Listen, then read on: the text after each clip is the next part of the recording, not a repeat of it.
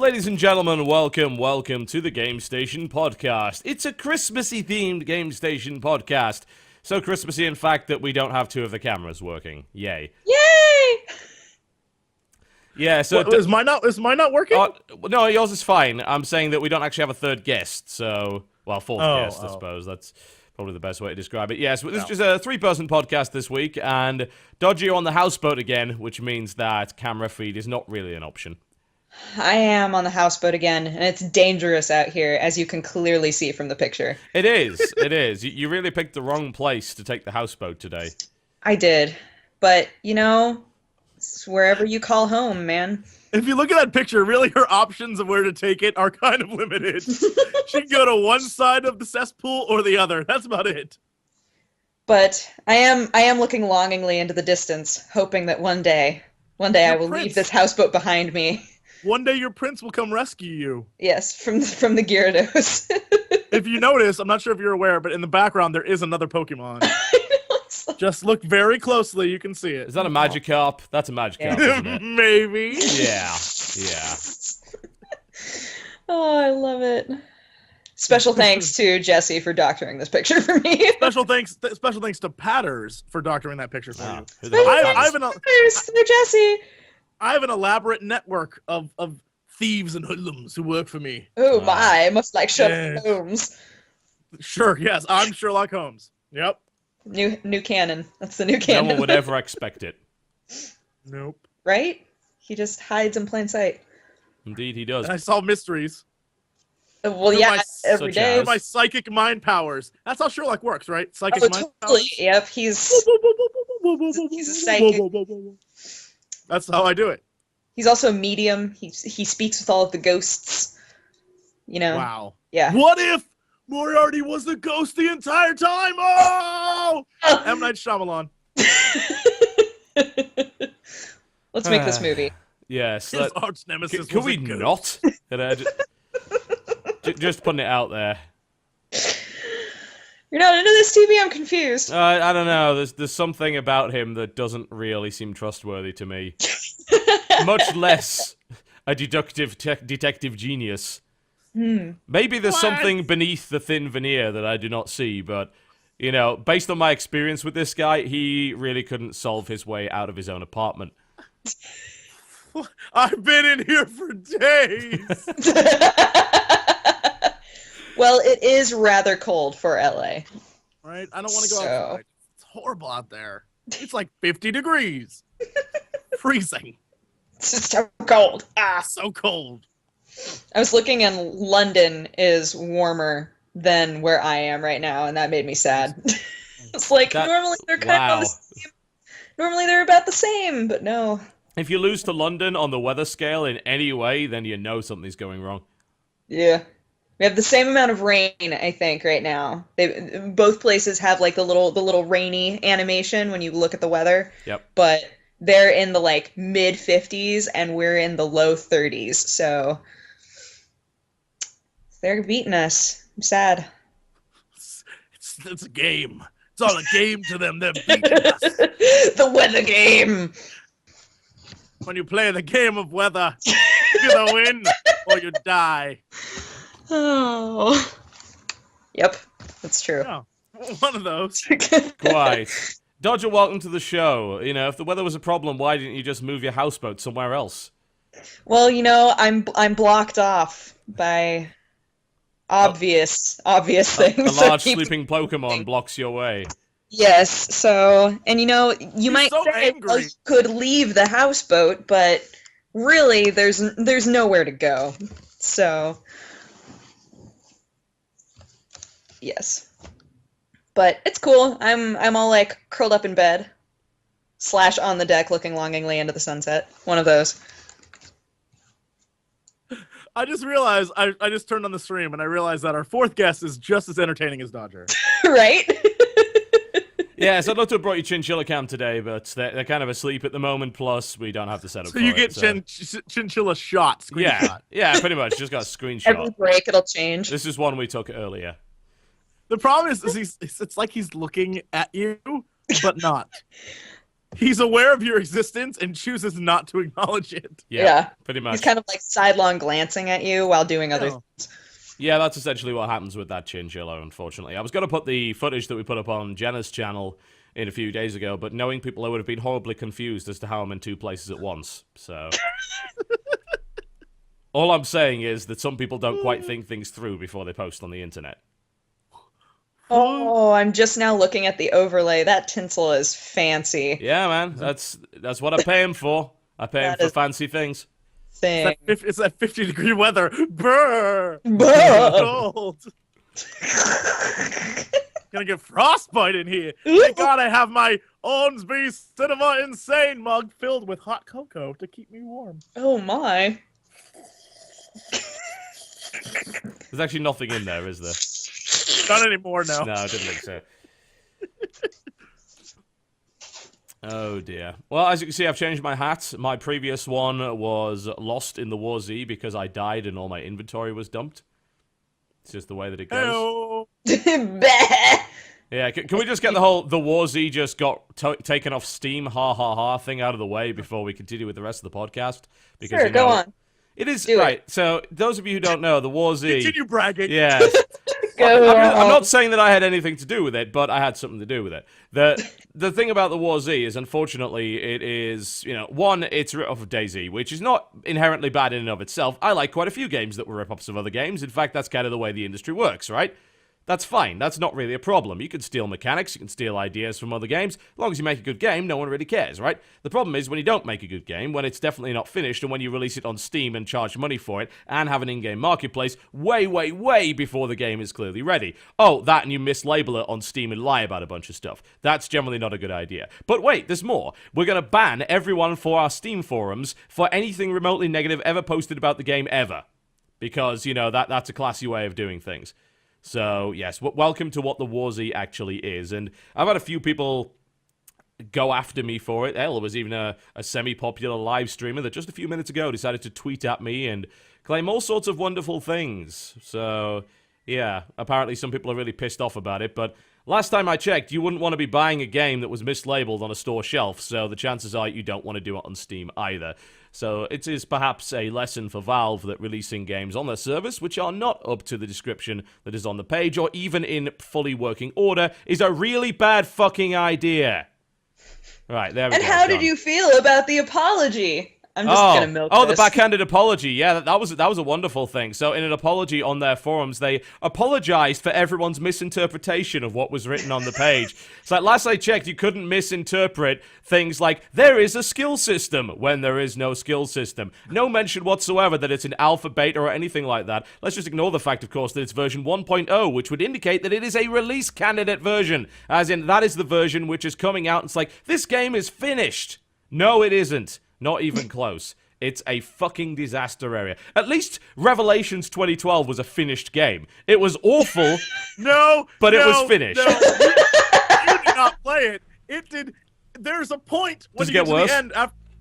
After the boss that hangs you, you get the third orb, and then this demon thing comes out of a volcano and goes like, "You think you have won? You have won nothing." And then the game ends. Even though, after the game ends, it starts the next level, but there's a black screen, so you can't move. There's more to the game. They just were like, no, we don't want to finish it. It's very... But, with that said... It's very but. At least there's stuff to do in it. Yes. And there's levels and a flow. Yeah. Yeah, I mean, I just don't really get the rabid fanboyism for games like this. I get it. People want a good version of DayZ, because DayZ's not very good, right? DayZ's an alpha. It's understandable it's not very good. It's also a free mod, so you can give it a little bit of leeway in that regard. It's still not a very good game, but it is still better than War Z. It really, really is. And then you release something that costs money, isn't finished, and you wonder why people get pissed off. I mean, come on. There is no defending that business model. You could like the game all you damn well please. You can like watching paint dry. I'm not going to judge you. But at the end of the day, the game's not done, so you shouldn't be releasing it on Steam. It's really that simple. How hard can it be to understand? I don't know, man. I didn't even think that was a thing. Like, I heard they released it and was like, really? That seems a very quick production time. Yeah, I thought when it that was too. announced. Well, yeah, there was a reason for that. It's because basically all of the assets in the game are from an existing title called War Inc., which they actually developed prior to that. So what they did is they took War Inc., reskinned a bit of it, added zombies and this kind of survival element, so basically hunger and thirst bars, and then released it. That's what it is. That is what War Z is. And it took them 7 months to do that. That's why they were able to get it out so quickly. They did not, in fact, develop the game prior to DayZ. What they counted as development time was War Inc. They counted that as prior to development for War Z. So ergo, they can say that it was developed prior to DayZ. Which is dumb as bricks.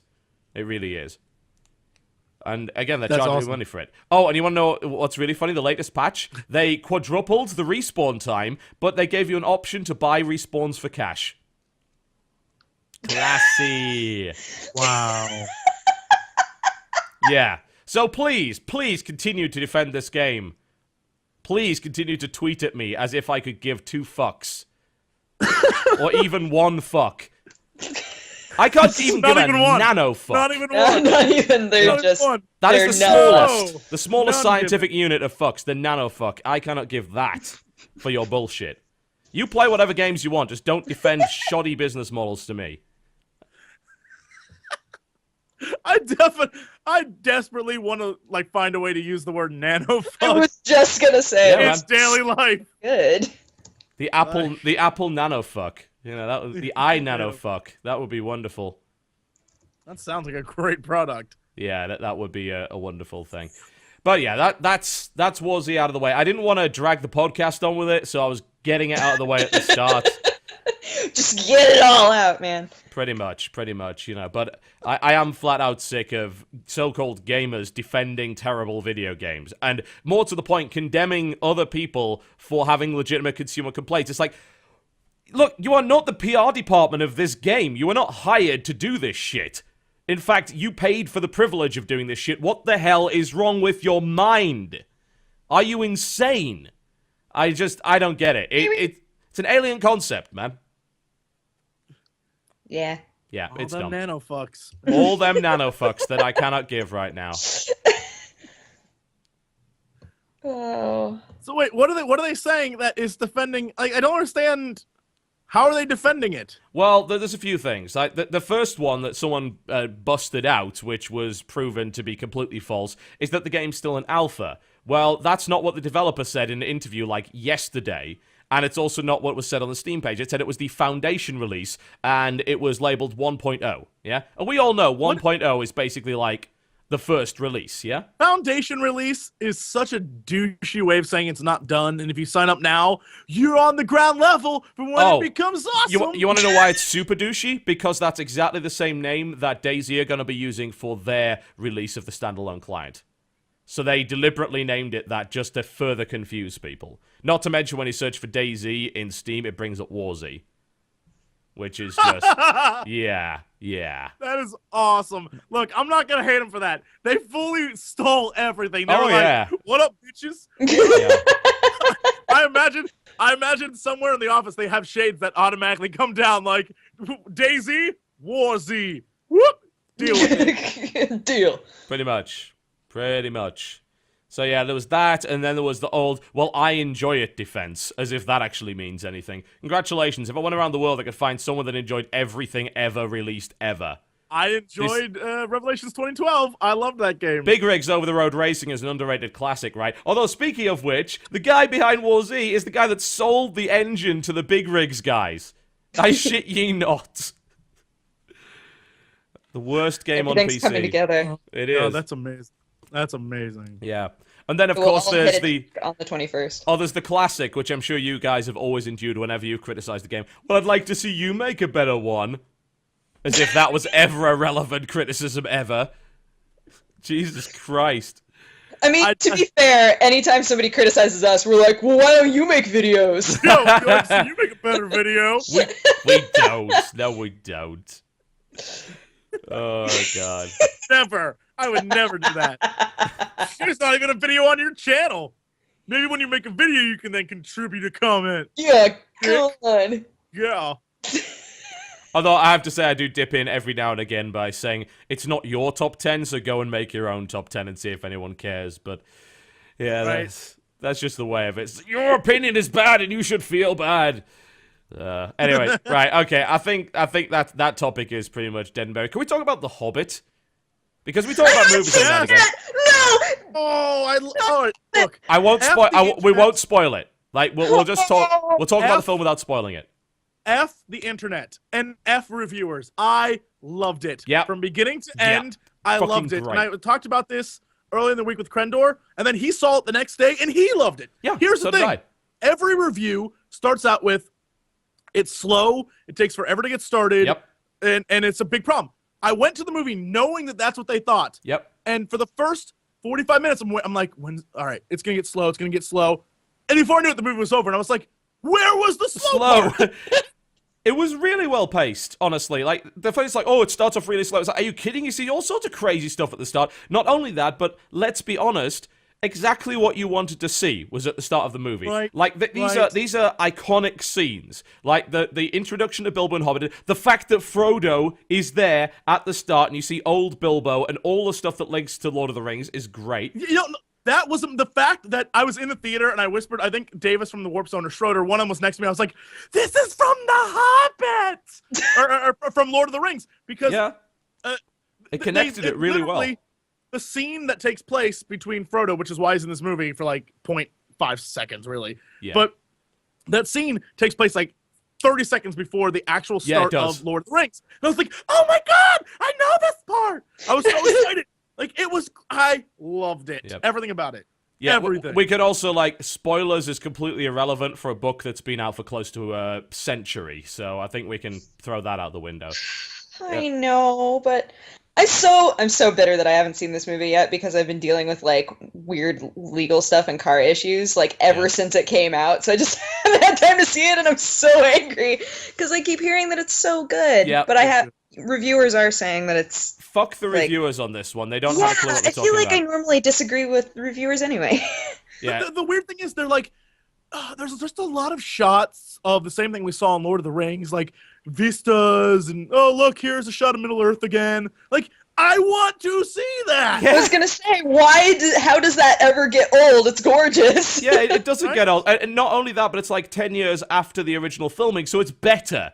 Like, it's just, everything looks slicker as a direct result. Gollum is, that scene is like 25 great. minutes of pure gold. It's brilliant. It's like, amazing. we were cracking up on that one because, you know, the Gollum scene was delivered perfectly. That's the bit I remember most. You know, the Hobbit was one of the first books that was ever read to me as a kid. Like, when I was like 5 years old, I had that read to me before I read it myself. Baby biscuit. Yeah, man. And that scene is ingrained in my mind. The whole string or nothing thing is like, what has it got in his pockets is precious? You know, that bit is just wonderfully delivered. And like, yeah, that's exactly how it's like, when it was happening. That was exactly what I wanted out of it. And the dwarf scene at the start where all the dwarves come to the house, exactly how I imagined it would be. And I can see how people be like, oh, that dragged out. But the story follows the same storyline, kind of. The first movie is very similar to Fellowship of the Ring. Mm-hmm. Everyone gets together, everyone goes on a quest. And it's the start of something, right? Yeah. So I can see why people would be like, that's just like the first Lord of the Rings movie. But the reason why the beginning takes as long as it does is because they set up every character and they give the fact that you're going to be introduced to a bunch of different dwarves. A lot of dwarves, yeah. Let's teach you about these dwarves and dwarven culture and dwarven this and which one's which. I'm okay with that. So we didn't have to deal with it in the movie so we could get to the action. Yeah. I was fine with every aspect of this movie. Yeah, the focus on the dwarves actually is a great thing indeed, because that's something the Lord of the Rings just doesn't have, yeah? You don't see a bunch of dwarves fighting, you don't see all of the storyline related to why the dwarves aren't really involved in the war against Sauron in the first place. And, you know... and it's good that that's in there. The little song they do that you've seen in the trailer, that gave me chills. Oh god, that song is so beautiful. Yeah, that gave me fucking chills. It really did. The fact that after the introduction, again, the overly long introduction, because they flash back to the day when Smaug shows up and just wrecks house. That song the song makes a million times more sense because it's basically the song retelling what happened that day. Yeah. Also, they never show the dragon. Never. Except okay, never. It's gonna be a trilogy, right? Yeah, it is a trilogy. Yeah. Which is, it's kind of odd because Lord of the Rings is definitely a longer series of books than The Hobbit is. Right. But so it is kind of stretched out, but it also does mean that they can hit every aspect of The Hobbit in a way that even with the extended version of Lord of the Rings they couldn't do. I mean, there's two major things that are missing from the Lord of the Rings trilogy, even with the extended cuts: the Tom Bombadil section and the Scouring of the Shire. Yeah, that stuff is not in there, and the Scouring of the Shire was actually super important. And the fact that they even missed that out in the extended was kind of stupid. But what I'm hoping is here they don't really miss anything. And, there's plenty of other... they have the appendices. Yeah. They have the appendices where they can include yeah. stuff. Like, one of the most important things I think a lot of people miss is, in The Hobbit, Gandalf sometimes just leaves just cause. Yeah. And in this, they can explain where he goes and what he does and why he does it. Yeah. And how it all sort of connects. And the whole necromancer thing and stuff. Like, I'm glad that's in the movie. The actual the way they showed Radagast was nothing short of brilliant. Like, that is exactly what I expected Radagast to be. Like, so unbalanced, basically animal-loving hermit, and with like just poo falling down his face. I was like, because he's got birds under his hat. Perfect. Yes. Yeah, so I was a big fan of that. Terrific film. Yeah, I enjoyed it a lot. There was a couple of things that I didn't necessarily like about it. If you look very closely at some of the CG scenes, there's some little bits of dodgy stuff because they literally finished the movie about a week before it actually came out. Yeah, right. And so there's a few bits that are not quite as polished as they should be. Like, it's hard to really see, especially if you watch the 48 frames per second version. It's really hard to see those things. But I know Jen noticed a couple, like the swords kind of. There was some things, background characters of swords kind of clipping through other characters in the CG stuff, and a couple of like little parts where there was a bit of a jarring difference, I feel, between the CG and the real life stuff. I think that's probably got to do with the whole 48 FPS thing. So, did you see it in high frames? No. Okay, I did. No, there was only one theater around here showing it at high frames. Everything else was normal. Yeah, which was why when viewers are complaining, theaters that way. When viewers are complaining, 48 FPS, it hurts my eyes. Hardly half the country is going to see it at that. Yeah, but most of the people saying that didn't actually see it in 48 FPS to begin with, so they're talking out of their arse there. But yeah, I mean, I saw it in high frame, and it was the only cinema in the area doing it, simply because of the controversy that reviewers had kicked up surrounding it. So they reduced the number of showings because they didn't think they would sell. I'll just ignore the fact that the showing I went to was completely fucking packed out, and everyone that came out of that was just wowed by it. Like, they were they were so excited when they got out of the movie theater. I watched it. Jen didn't really like it. This is something you got to bear in mind for Jen, right? Jen was a film projectionist for like 5 years. And this was done on like proper reels, not digital or anything. She's kind of a purist in that regard. And she was explaining that there were parts of it that didn't really look right because there wasn't the right amount of motion blur put on. And like at the start, it took me, I say, about 15 minutes to get used to it. Like, it looked really weird, and then I got used to it, and the battle scenes and a bunch of stuff that was on that as a result of it being in 48 frames per second was mind-blowingly good. Like, it really, really was. I know a few people who have seen it in 48, and they've said that even if your eyes hurt when you watch 3D, it's a very different sort of visual experience, so you can't equate the two. Like, you can't say, well, 3D hurts my eyes, so 48 will probably hurt my eyes. It is overwhelming at first, but it's definitely a good experience because things are probably going to be moving toward that. Yeah, I think that the next... Sorry, go ahead. No, did it have that feel for a lot of the newer TVs have sort of built in motion plus, yeah, like all those things where if you watch TV shows with all the features turned on the new TVs, it looks like you're there on set and you can see all the makeup and it seems like you're watching a play rather than a movie or a TV show. Was it like that? Because that would be really jarring. Because even on TV, I'm like, this doesn't look like Law and Order anymore. It looks like Law and Order, the play. Yeah, so the first thing I do with my new TV is turn that off, because I hate that effect. The thing is that they're interpolating. That effect is done by the television, it's not done by the broadcast. So if you take a 24 FPS movie and you approximate what it would be like in a higher frame rate, it's not going to look anywhere near as good. If you film natively like that, then it's a little bit different. So I would say they did not do it perfectly. I'd say the majority of the scenes look great. Some of them didn't. Yeah, and I think it's a case of they need to... This is a new filming technique that they haven't got right yet. It's the same as 3D outside of Avatar, right? Most things don't do 3D very well outside of Avatar, and a lot of it's really, really gimmicky. People don't actually know how it is supposed to operate, and as a result, what we have is, I think, a system where they're gonna need to apply motion blur in places where they didn't think that they should. They may even have to do some kind of interpolation where they slow down the action for a reason, because it would otherwise appear to be too fast. Like, there were bits where it looked like the guy was moving, and it was like it was moving in fast forward, and yet most of the stuff wasn't like that, so it wasn't perfectly executed. But what I will say is there's no way that they should simply abandon this, because they've got a good thing going. They just need to do it better, and they need more filmmakers to try this out and figure it out. And more to the point, not necessarily do the films in 3D either, because people already get some headaches from 3D, and if you combine that with 48 FPS, then yeah, you're going to have more problems. So, this is not a good reason to throw it out of the window, in my opinion. It really is not. I think that the majority of it was great. The time and energy they spent on 3D smoke effects was just stellar. I was like, a lot of time went into like making them getting high off weed. Oh yeah, their puffs look amazing. I was like, this is hilarious. Yeah, absolutely. But other than that, the flow was terrific. There's only one scene that I thought was relatively unnecessary, and that was when they're going through the mountains, and the mountains, like the mountain giants, are fighting each other. I was like, really, it's an unnecessary scene. It was just like, here's a little bit more peril, guys.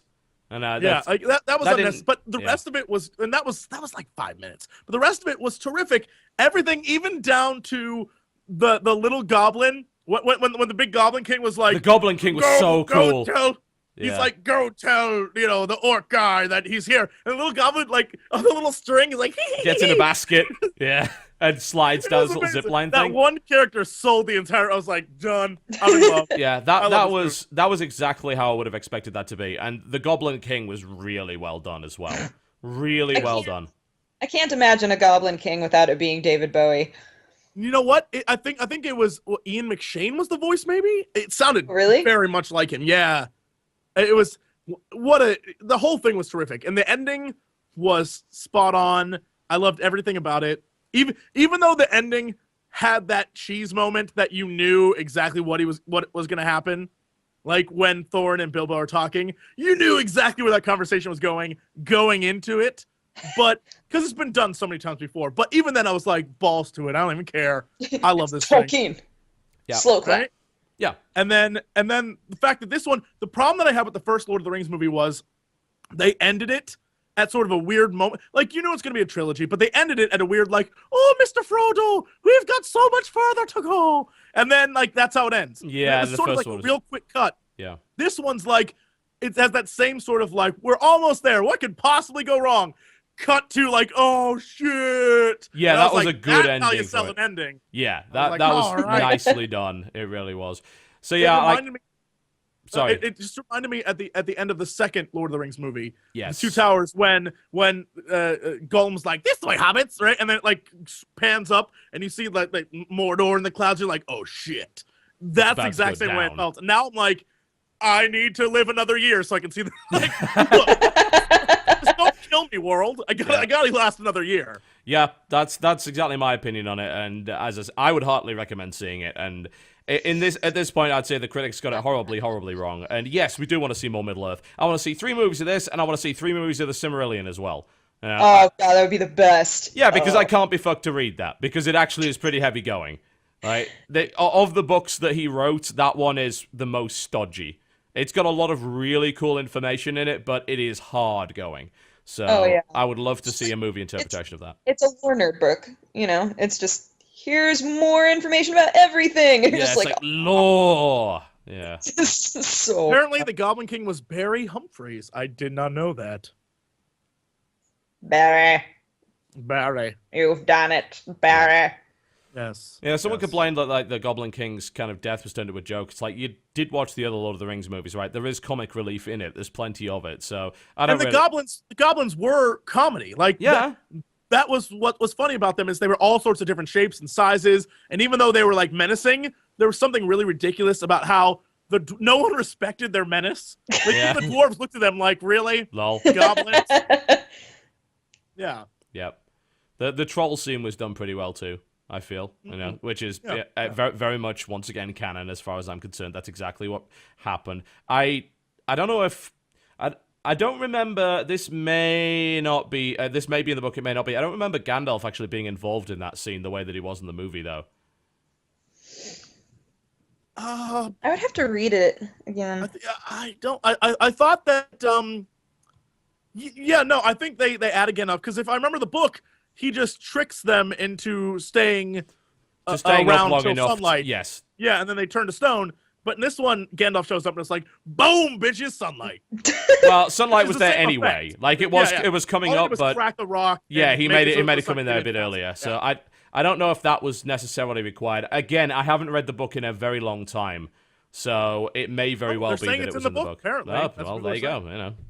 I need to read that again, clearly. But yeah, great movie as far as I'm concerned. Highly recommended, and I would go and try it in 48 FPS if you've got the option to do it, because I'd say a good 85 to 90% of the movie looks great in it, and the stuff that doesn't, you can kind of get over. Dodger, we should see it at the IMAX in the 48 thing. I wanted to see it there so bad, but tickets were sold out for like 5 days in a row, and I was like, I'll see it normally. Yep. Yeah, let's do it. Because I doubt that I'm going to be able to convince any of my family members to go with me. Yep. Also, Honeydew the Dwarf.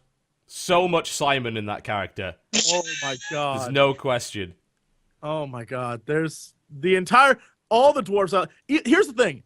Even though you can't remember the dwarves' names, I guarantee you can remember everything about the dwarves. Like, every single dwarf had a different personality. Except for the two that were brothers who were the same. Yeah. Which is understandable. Yeah. I loved it. I had a great time.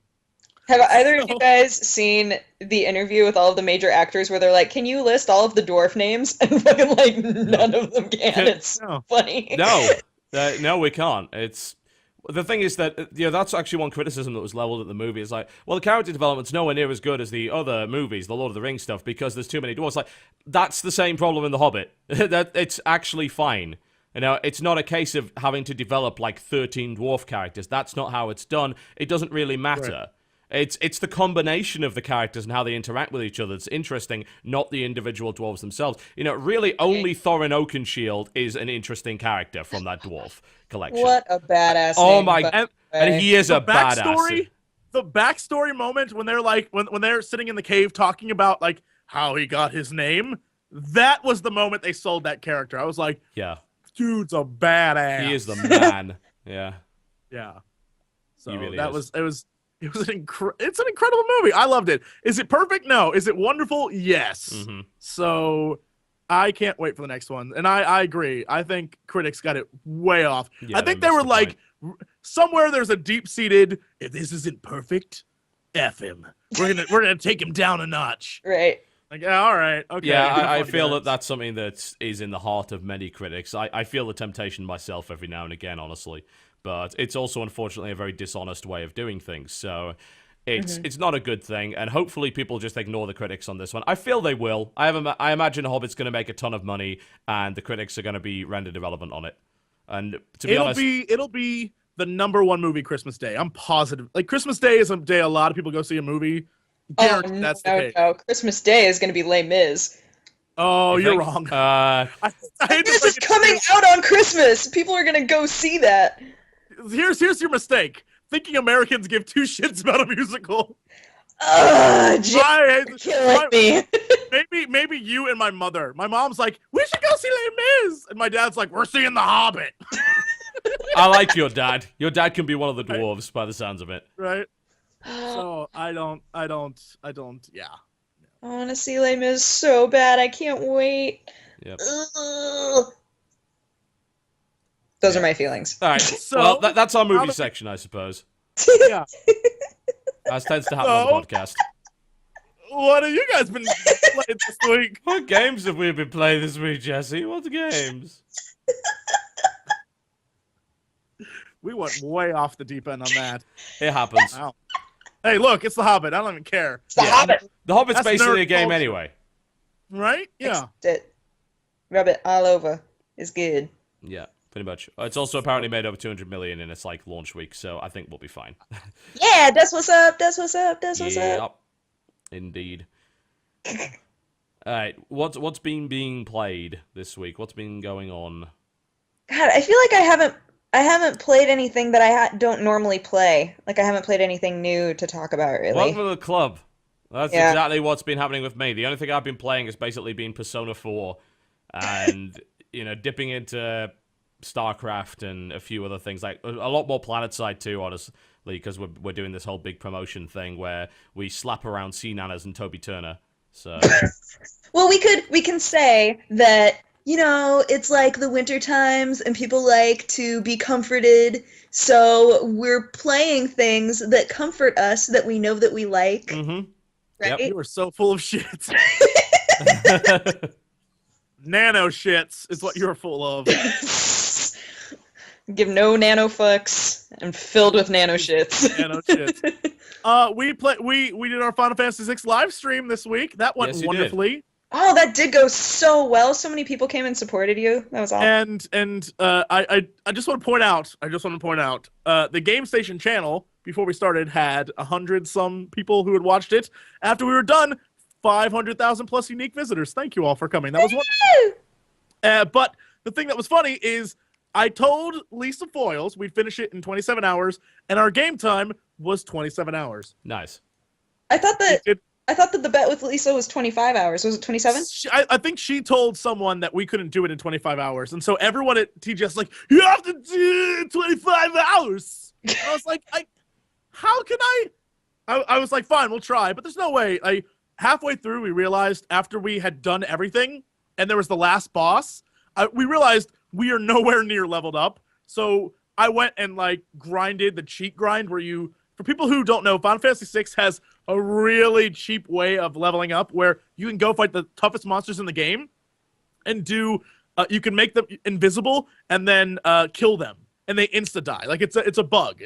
The game, I guess they didn't think, but they never fixed it because there's no patches or anything like that back in the day. Right. The Vanished Doom, right? And so, hashtag Vanished Doom. And so I spent 2 hours grinding. Now, the people who watched me grind for 2 hours, you are saints. Because that was, even I was bored. I was like, oh my God. But we got to answer questions and have fun.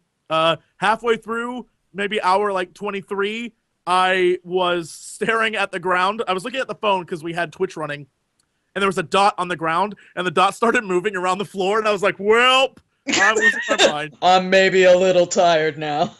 And it was amazing. But I want to thank everyone who showed up. I got to be honest, though. Shofu and his brother, a.k.a. Mysterious Black Man, stole the show. Dude, is that his actual ident, or did you just make that up because you're horribly racist? No. The chat was like, there's this guy sitting behind me. And it was Shofu's brother, also Shofu. He just runs another Shofu channel. And so he's sitting behind me, and no one knows who he is. And they're like, who is that mysterious black man? And chat, we were like, oh, him? Nobody. And we just get this huge thing. And then halfway through the night, he fell asleep and was laying on the floor. People were like, mysterious black man's dead. Oh my God. It became this thing. But Shofu and his brother owned the night. I'm not even gonna lie. They stole the show. The swagger jacker comment and KO and all those things were amazing. If you ever have a chance to go watch that stream, watch it just for them. I need to send them a gift basket because they made it entirely more enjoyable than it should have been. Gerard was there for a long time too, wasn't he? Gerard and Eli of Naked Halo stayed the entire time. I simply love them. So I'm like, if I ever do this again, you two are the ones I invite from now on because they stayed up the entire time with me. Yeah. There was a moment where I actually fell asleep, but instantly woke up. Gerard was fighting a boss battle, and I guess he screwed up, so his characters kept dying, but then rezzing, and the boss battle went on for 45 minutes. And during that time, I kept going, ah, ah, and just over and over again. And people were like, "You're falling asleep, stupid. You're ruining it." I was like, "You try to watch this. This is boring as shit." Yeah, well, in the JRPG boss battles, that's how they are, and that's how they continue to be. Yeah. So it was fun. I had a blast, and it was wonderful. But if you want to know what I've been playing this week, I've been playing iOS apps like crazy. Right. Tower defense games. Those are like my sinful. I play them all the time when I should be actually doing work. I've noticed a trend, and it's sort of pissing me off. A lot of them have levels. Well, a lot of the tower defense games on iOS, or just in general, have things you can buy, like upgrades or special units or stuff like that, right? And a lot of them, the further you get into the game, almost require you to have to buy them, which pisses me off. And we're talking about in-app purchase, right? Yes, in-app purchases of like you can get special units or special commanders or special towers. And so I'll sit there and I'll try to do it without them. And there's no way I'm going to buy these things. But you realize at a certain point when the waves keep coming and you've tried every possible option of placing towers and setting stuff up. Like I go to the bathroom quite frequently in the morning, and I spend my time playing tower defense games. And TMI, bro. What can I say? And so I try all the time to play these damn things, and there's no way to do it except buy those things. And I've realized that that's infuriating to me. That if you want to beat our game, you have to pay a little bit more. That pisses me off immensely. Yeah. Yeah, I'm not a fan of that. So, but I am a fan of iOS tower defense games. Dude, there are a lot of really good iOS games. Or, actually, scratch that. I shouldn't say there are a lot of really good iOS games. There are a lot of really addictive iOS games. Yeah, where we have an entire genre called cow clickers that actually involve no actual gameplay at all and yet are compelling, then yeah. I wouldn't necessarily call them good. Yeah, exactly. There's a game I corrected myself. There's a game I have called Star Bloom. I don't know if you guys have heard of this. Jen played that and she really liked it. There's you. Hi. Star Bloom is essentially, it's really weird. It's basically, you're just moving your finger on the screen, but every time you hit one of the planets because you're creating a galaxy, right? A solar system, but it's to music. So every time you collect dots or build planets, the beat increases. And so when a new planet forms, there's a new note added to the song. And so each level, you're like creating a song, but creating a solar system as well. Oh, interesting. It's a really neat concept. It's one of those games that you can sort of just play, and once you get the beat of the music down, it becomes really easy to figure stuff out. It's really neat. I kind of love it. I'm not gonna lie. Huh. That and I have He-Man. If you can see He-Man. Oh yeah. Oh, there it is. Yeah, I did try that. It is amusing in the way that it breaks the fourth wall within 2 minutes of being in the game. Because the plan of Skeletor is to lure him to his lair via the creation of a He-Man iOS game. Yes. And then trap him while he goes to Castle Grayskull. So it's so stupid. You'll get text messages. I'm not even lying. You'll get a text message, and you'll be like, I wonder who's texting me. And it's like, from He-Man. And he's like, I need your help. You're like, wait, what? The game will text message you, but like fake. That's hilarious. It's amazing. It's kind of fun. So yeah, that's me. I guess really we haven't played much this week. Yeah, I guess not. That's okay. That's okay. Playing things. We're just not playing new things as much. Mm-hmm. That leaves us open to talk about news because a lot of news has occurred, especially in the last hour. Well, single. Well, sort of and sort of not. Like we can probably go on to that after the break, I think. We can talk about 10 more minutes about games we played. I mean, I've been playing more Persona 4, that I can tell you. I also just picked up Stranger's Wrath HD on Vita because it's out on Vita now. So I thought I'd just grab it because having another game that's good on the Vita is a nice idea, considering there aren't all that many of them to begin with. But yeah, I mean, Persona 4 continues to be really, really good. And it's probably the best JRPG I've ever played. And I think the last one I enjoyed as much as this was probably Dragon Quest VIII on the PS2. So I'm looking forward to Persona 5. I'm going to dip back into Persona 3, although I'm told it is not as good a game. So I may be disappointed by that. The thing about JRPGs is more often than not, the previous games in the series have really, really annoying elements that they fix in the latest iteration that will drive you fucking batshit crazy. But here's the thing that I notice as well. In most JRPGs, they fix it, and then they assume that they fixed it, they can make it simpler, and then you get Final Fantasy 13, which is you can make macros for all your abilities, and the game becomes press A, which is really depressing. That was 12 as well. At 12, you could actually macro up all of your characters and just automate the whole thing. So but then 13 they took it to like the next level where it was a straight line of a game and then you press A. Yeah, 13.2. All credit to them. 13.2 is an awful lot better than that. But yeah, 13 was not very good in that regard. Is there like a 13.3? Have you seen the trailer? It's like Lightning Returns.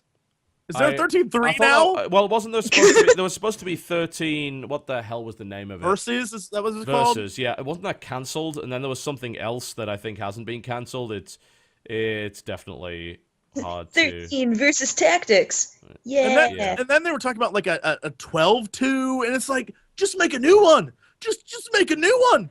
Final Fantasy 15, get on that. I don't think they need a 12.2. The universe wasn't interesting enough, honestly. I mean, 12 was a good story if you basically took it as Star Wars, which it was. Then Han Solo and his rabbit girlfriend. Yeah, of course. Rescuing the princess from the evil empire aboard a very large floating ship. That's the exactly problem what it was. In 12 there was no the villain was virtually non-existent. There was the overarching villain was the war itself. War's a bad thing. F yourself. I want a bad guy to fight. Yeah, pretty much. I don't want to fight some douchebag at the end. That's not cool. So here's hoping. I know a lot of people hated 14 when it came out, and I didn't play it because there was so much hate for it, and people said it was bad. I truly hope the relaunch is good because I want to play it. I want to see what it's like. It'd be nice I to want have that to another good happen MMO, too. right? I'm holding out just a little bit of hope for that game because I know they're redoing so much of it. I hope they even if it has the same sort of feel as 11, but the gameplay's better. I will try it out because 11 I loved. The gameplay was garbage, but the story and the setting and the characters and all that was wonderful. So we'll see. Yeah. I don't know. Fingers crossed. Indeed. I'm trying to think what else. There's got to be other stuff that this week I was all about, but I just don't know. I didn't play a damn Steam thing. loves taking over the podcast overlay. It's like, hey, I want to show you the Steam. No, please don't do that. There's funnily enough, so little that I've played on Steam this week that is any different to what I usually do. I've actually focused more on playing Persona than I have on PC games. I played a bit of Awesome Noughts with my new character. That's something I did do. Do you love it? It's nerfed to shit. In beta, it was really overpowered, and then they completely overdid the nerf, so now the character is borderline useless. But I'm sure they will fix it. I'm sure they will resolve it. The design of the character I think is really fun, and the fact that it's the only character I believe that allows you to constantly fly, which is a really weird, different mechanic that they haven't really done before. That's really interesting.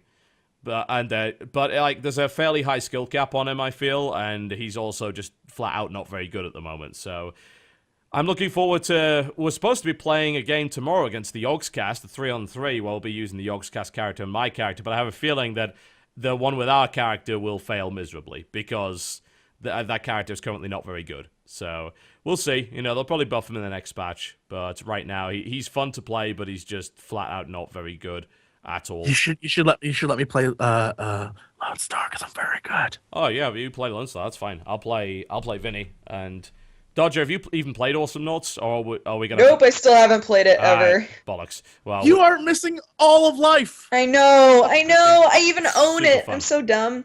Yep. It is super fun and it's worth. You can play playing. Froggy G. I just want to see you try to handle the mechanics of that. Oh God. My name is Froggy G. Yeah. What a great character. He is, yeah. I like the theme music for mine. It's this wonderful, 30s speakeasy kind of music. I like it. So, yeah, I enjoy that a lot. Plus, we have taunt wars between two Vinnies on either side, which is always fun to do. But, yeah, you're right, that Froggy G is, my God, he is a difficult character to play. He's really, really good, though. Yeah, but he's very hard. Yes, yeah. So, yeah, I've been playing that, and... Well, again, I'd say playing the War Z, but I went back to it after the video, and I'm like, you know what, I should try and give it another chance. I mean, I don't agree with the whole didn't give it a fair chance. I think if you play it for 45 to 50 minutes and the game just does nothing for you, then it's probably reasonable to give a first impression that the game's not very good. And the game has no tutorial of any description. It doesn't tell you at all what's going on. It's chock full of bugs. There was a playthrough I did off camera where I literally just died from walking down an hour incline. That's what happened. I was killed and my character was locked for 4 hours as a result. Wait, what? Yeah, it's really bad like that. Wait, if you die, your character's locked out? Well, yeah, that's what it is. I mean, in DayZ, your character just gets wiped out, right? So yeah. That's not particularly unusual. But yeah, I mean, dying and then having your character locked for now. So some people like to claim that there's other games like Guild Wars 2 has a similar problem, and occasionally that happens to you in PlanetSide as well. But more often than not, in PlanetSide you're flying, so it doesn't matter. And secondly, you respawn in 5 seconds, not in an hour. In fact, now 4 hours, as I said, with the new thing. Oh, and you also lose all your items. So there's actually no point in continuing a character at that point. Which is stupid. That is borderline stupid. Yeah, it's really, really bad. The fact of the matter is the game is like awful in every possible regard and doesn't have redeeming factors. And the people forcing you to pay money. Like if you want to play immediately, you need to pay us. Yeah. Chat's right. That is so much fair. Yeah, it really is bad. And people say, oh, well, the DayZ has the same problem. It actually doesn't. The amount of times I've spawned into War Z and I've rolled a bunch of different characters and tried to play it just to see what am I missing? What happens when I get a gun? What happens when I get a good, decent melee weapon? Does it get any better? And I tried to find something. And I explored all sorts of places on the map because it spawns you kind of randomly on the map, right? And going into the safe zone is suicide because bandits just kill you on your way into the safe zone, so there's no point. And then you end up just looking around trying to find a weapon. The best thing I ever found was a bat and a can of soda. That was the only items that I managed to find. And the thing about DayZ is that with DayZ, you spawn on the coast, and you start making your way inland, and you'll always run across something. Like, you'll run across an abandoned house, you run across a warehouse, a barnyard, or something like that. That happens pretty quickly. Like, you would have to go out of your way to avoid these things. And you, generally speaking, you will get a weapon, and you will get some items. But with DayZ, with War Z, it doesn't seem like it was ever designed with that idea in mind. DayZ, it's almost like, because of the coastline system, they engineer you in such a way to head inland, right? And you realize that the further you go inland, the more dangerous it's going to get. Because you just get spawned in a random place in War Z and you just wander around the place, there is no way of figuring that out. That and you walk for hours and find nothing. Movement speed is actually slower in War Z and you can't sprint for as long. You can only sprint for 10 seconds and it takes a minute for the sprint bar to recharge. It is fucking dull. I hate stamina bars and sprint bars. Yeah. They are my least favorite thing. That's to me the single thing that killed Dead Island was when it originally came out. You had a stamina bar, and the stamina bar also worked with your weapon swings when you attacked, right?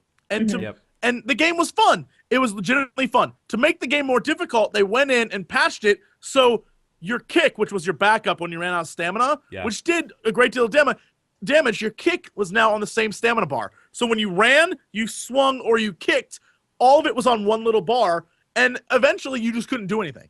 And you had to either run or back off, and there's no fun in constantly having to run away from armies of zombies when you're ready to kick some ass. Like, I understand you have to be tactical about it, like, but when I play a zombie game, I like to slaughter zombies. I don't like DayZ games, stuff like that, where it's gotta wait and hide out and get the proper advantage on the zombies. Ain't nobody got time for zombies. That. Chainsaw them bitches and let's move on. That's what I want. Yeah, I can see what people are desperately crying out for a game like this, but things need to be really very much resolved in that regard. There's walking for hours and encountering nothing, then just being randomly killed by a zombie because you didn't have the luck to come across a freaking weapon that works. Bearing in mind you can't kill anything with a flashlight. You spawn with a flashlight, you can't kill anything with it. Except for players. You die in 4 hits to a flashlight. As people saw in my video, I was beaten to death by a floating rucksack because the models hadn't spawned in yet. I spawned right next to 2 other people and then died instantly to someone who beat me to death with a flashlight. Amazing. That was a wonderful gaming experience for me. That's what I want out of video games, right? Yeah, so, screw that game. It's bad, and you should feel bad if you defend it. If you want to play it, then keep it to your fucking self, quite frankly. It's just god-awful. God-awful. Play Killing Floor, or play Containment. That's actually on sale today if you're watching the live stream. Containment, the zombie puzzler, is on sale for like $1.69. It's an amazing game. I have it on my iPad. Yep, it's great. Really, really good.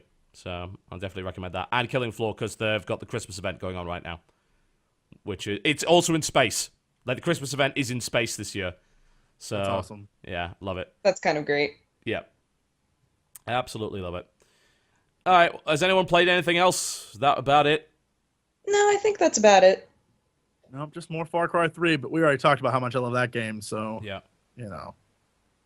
Yeah. Let's take a break. Yeah, we're pretty much done. We're also done with War Z and all sorts of bullshit like that. So when we come back, we'll actually cover real news.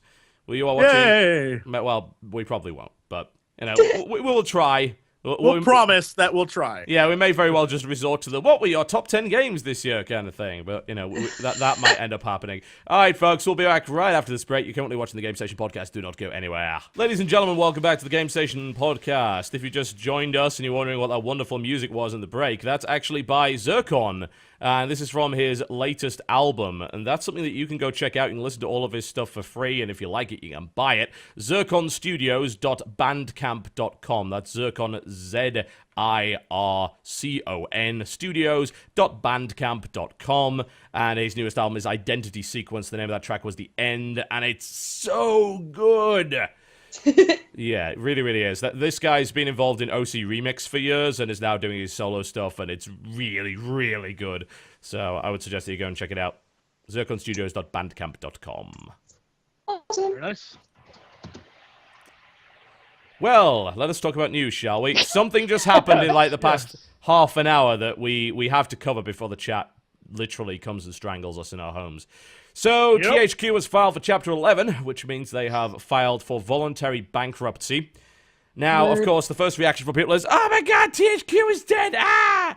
That's not actually how it works. That's not what that means, but... Yeah, that's not actually what that means. Well, I mean, yeah, bankruptcy doesn't mean that they're dead. Bankruptcy can mean a lot of things, especially Chapter 11.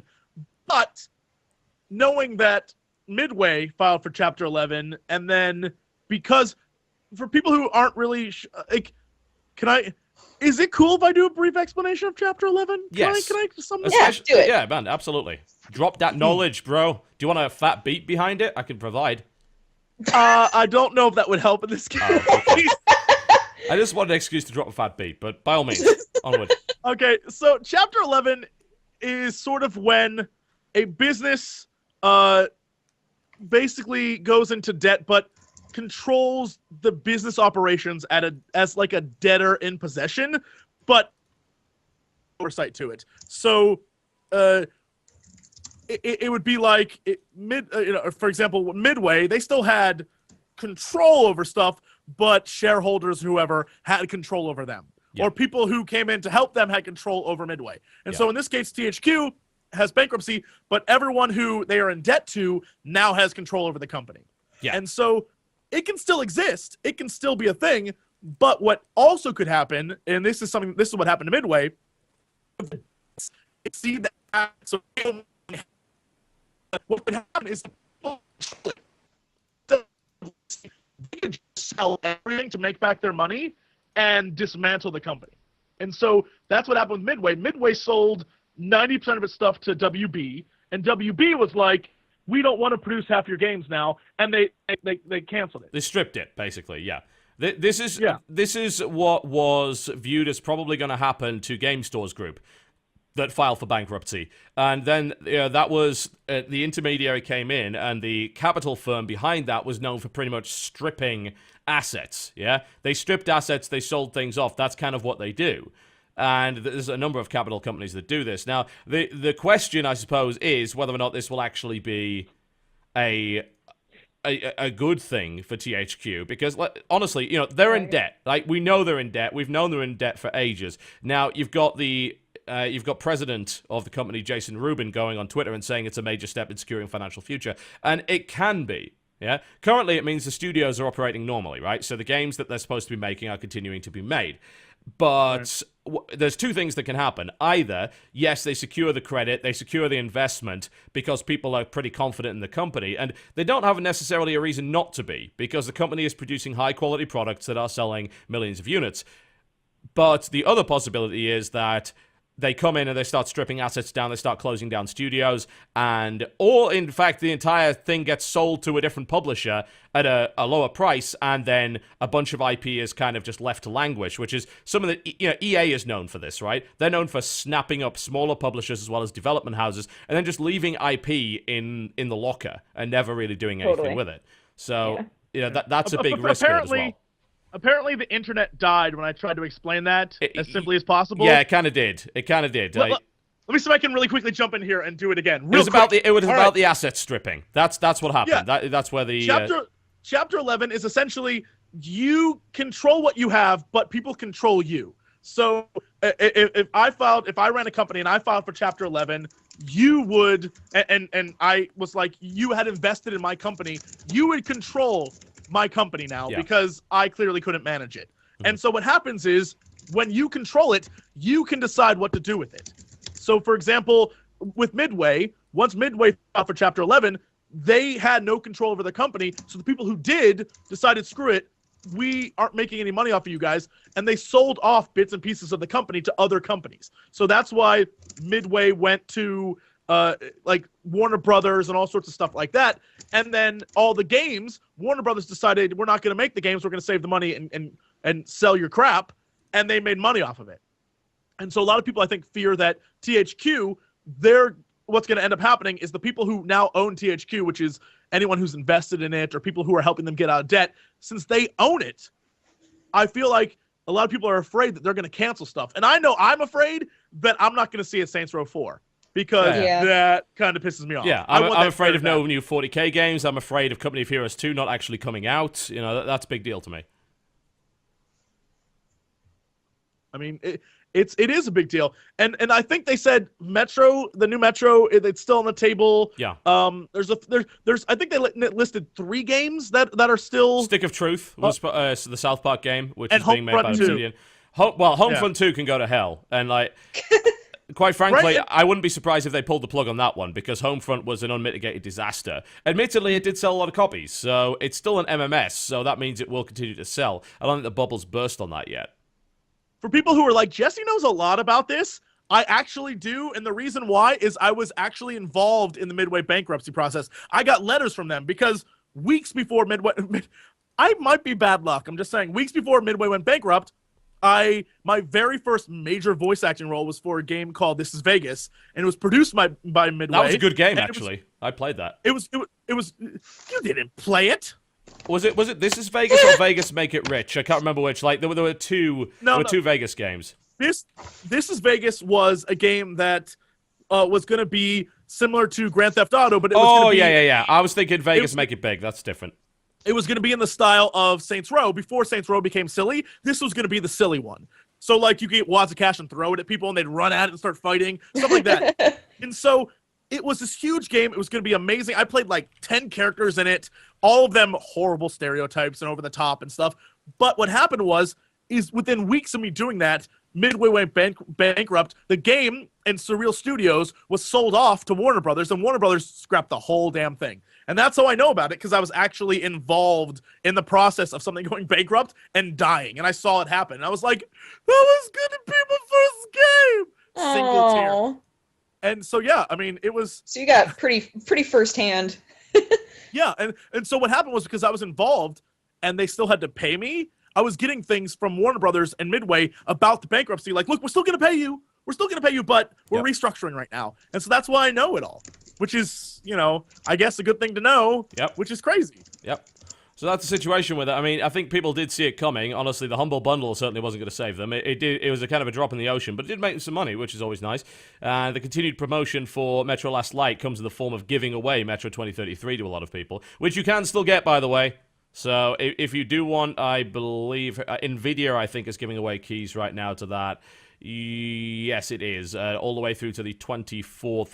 If you go to NVIDIA GeForce, the facebook.com/NVIDIA GeForce page, you will find the ability to get this giveaway for free. So, yeah, they're doing 1,000 keys every day to Metro 2033. And that's a pretty good game, honestly, and it's certainly worthwhile. So I would suggest that you go and check that out. But it's not good news, but it's not the worst news. It's not a case of we're just shutting our doors and cancelling all our projects. It's we're taking the next logical financial step, the only thing that we really can do, which is to file Chapter 11. And it's better than the other various chapters of bankruptcy, which are pretty much like, we're done. We give up. Absolutely. Like Chapter 7 or whatever. Like, we it's give also up. better than defaulting on your debts, which is what was about to happen in January. So, and so at least now they stand a chance. But again, like what happened Midway, if they sell to a company and the company's like, we don't value anything you do, then it's gone, and there's really nothing you can do about it. Well, I hope games like Saints Row that are a franchise or Metro or the Stick of Truth, those will be picked up by someone and sold, because there's a lot of potential there. I hope. Yeah, fingers crossed. I think they've got properties on their portfolio that actually have genuine value. And it's really hard to have said that of Midway when that happened. Like, Midway had produced a lot of bad games. THQ don't really produce a lot of bad games. Like, if I recall correctly, the worst game they've made in the last few years was Red Faction Armageddon, which was still a bunch of fun anyway, because it had a fucking magnet gun. And that was if that's the worst thing they made in the last few years, then it's safe to say that they have good properties. So the hope is that the people that are paying for this thing actually value that, understand that, and I would think that all of this hoo-ha over THQ has definitely risen the awareness level for these titles coming out, and has spurred all of these promotions, which has actually raised the profile of a lot of the stuff in their portfolio. I have a lot of faith that this will go okay, honestly. Let's hope. I mean, I have hope for. It's weird because I was looking this up because I'll be honest, I'm only concerned about Saints Row the 4th. Well, of course. I do not care about anything else. I'm like, I don't care what they do. So I looked it up, and I was trying to figure out how this affected that, because in all the articles, they don't even mention it. And 2 days ago, there was an article from the producers of Saints Row 4, and they're like, this game's going to be amazing. I can't wait for you guys to see this. And 2 days later, it's like THQ is filing for bankruptcy. And I'm like, I don't know what to... So I hope that the guys working on it will find some way to keep it going, because they even said Saints Row the 3rd sold way more than they expected. Yeah, it did well. So I hope that is something, somewhere someone picks that up. Who knows? But it's all up to about what other companies are willing to invest in THQ products now. You know, Warner Brothers went in and saved with, and all they continued to make after that were combat IP. Which is kind of crappy. So here's hoping we get something amazing after this. Yep. I don't know. And as Jesse's stream breaks up again, I'm like, I'd like to buy a vowel, please.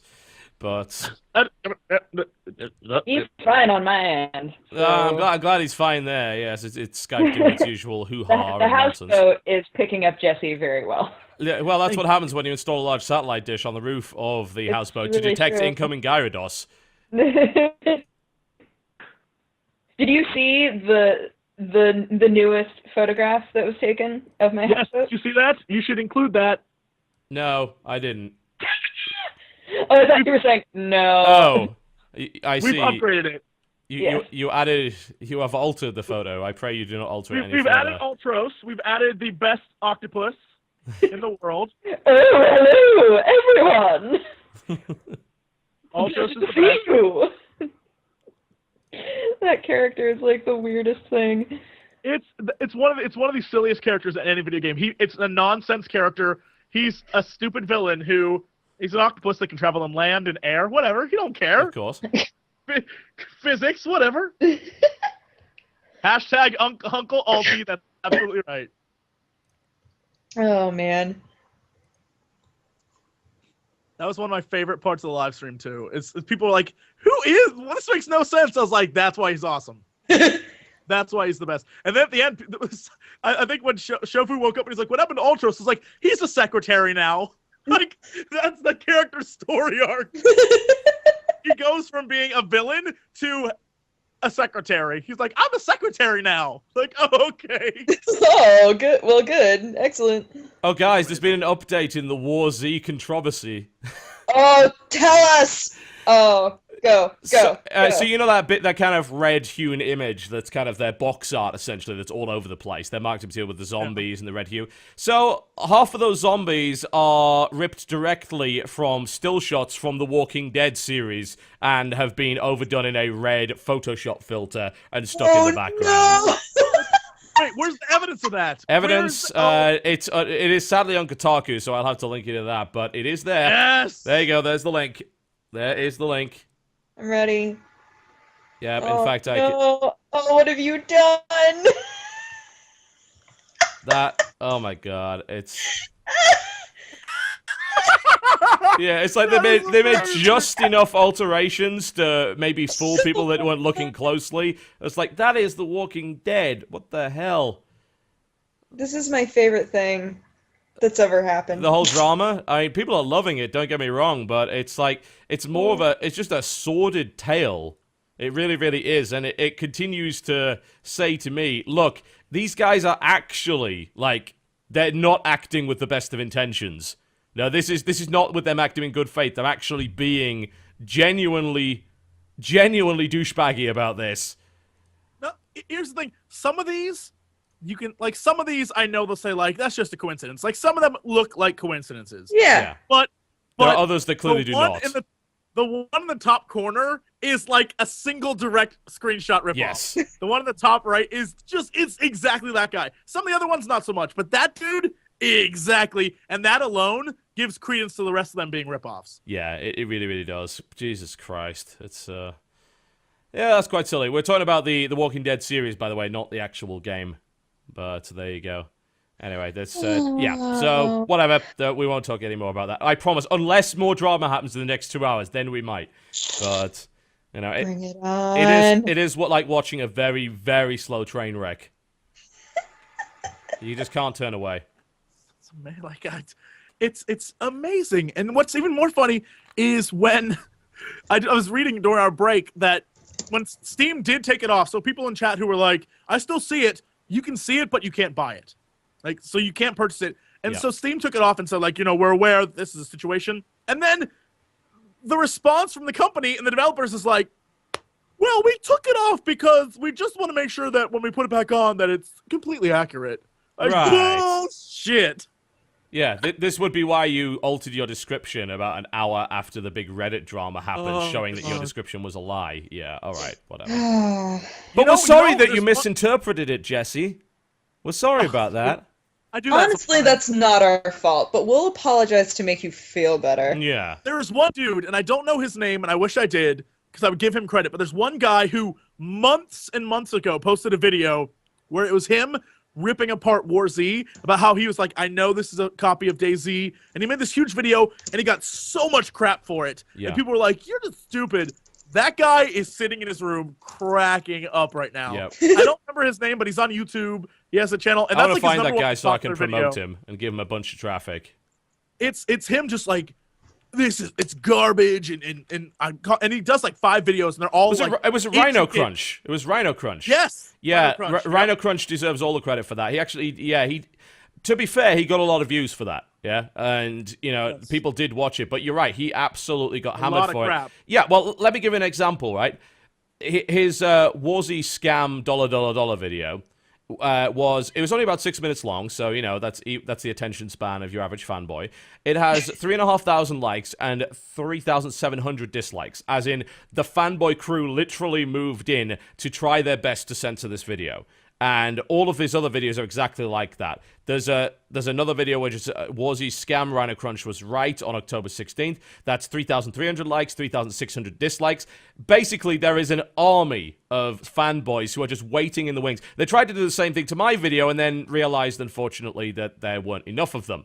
And there's 1,200 dislikes on mine with 15,000 likes. And the dumb thing is that, as we know as YouTubers, dislikes do not censor a video. Yeah, that doesn't work. In fact, it's completely the opposite. Going to the video, leaving a comment, and actually contributing to the rating system pushes it up the rankings, not down. So they kind of shot themselves in the foot completely there. But yeah, youtube.com/RhinoCrunch, he clearly deserves all the credit for that, because he did call them out on this months ago, and he was right. Yeah. He was absolutely right. There is no question. Is sitting pretty right now, because he called every aspect of that game, and the fact that even the release was handled poorly just goes to show that it was garbage to begin with. Yeah. Amazing. Just amazing. Oh my god! What other news is there that is happening? There's no other news other than that. I mean, it's just this is the biggest thing right now, alongside everything else. I mean, let's see, what else do we have on our list of news? There's TV for the Wii U launches tomorrow, which is totally irrelevant to me because I don't actually watch television. So, but this was This was an app that was supposed to be coming out at the launch and never did. So it's coming out on December 20th. It's like TVII. Yeah. TV. It's for the Wii. Yeah, it's basically a streaming app. Well, it's an interactive television guide essentially that works with your gamepad. So it's a way of being able to kind of combine the use of your console and your television without using separate devices. So it's kind of like using your console as a cable box, but then it also allows you to use Netflix and Amazon Instant. Yeah, and Netflix is not currently incorporated into it, and neither's TiVo. But they keep saying it's going to be, but well, I think the Netflix app is actually available for the Wii U now, but it's not incorporated into the TVI app or whatever it's called. Right. But yeah, it's a way to browse your television utilizing your Wii and hopefully like finding things an awful lot easier. You can see things that are live right now. You can search by genre in terms of like what's currently on. And there's on-demand stuff. Hulu Plus is in it. Amazon's in it. There's you can integrate it somehow with your TiVo. I don't know how any of this stuff is actually supposed to work, but evidently it does.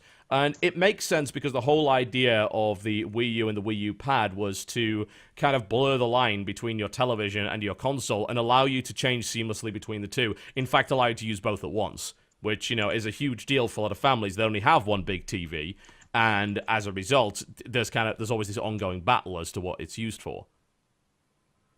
What I thought was funny, and it's one of the strangest things about the Wii U, the internet connection, getting that to work is just a mess. Like getting the wireless to work is a huge problem. Yeah. Getting it to hook up to your TV, flawless. Like you type in one word of your TV brand, and it's like awesome connection. It's like done. What? I don't even know how it pulled that off. It's so convenient as well.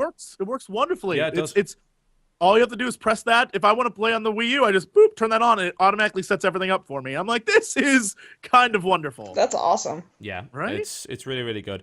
So yeah, I think it's certainly a positive addition. It's not something I will use because again, I don't watch TV, and I think a lot of Wii U owners maybe don't. But as it's much better for families, obviously having that app is very, very useful for them. So.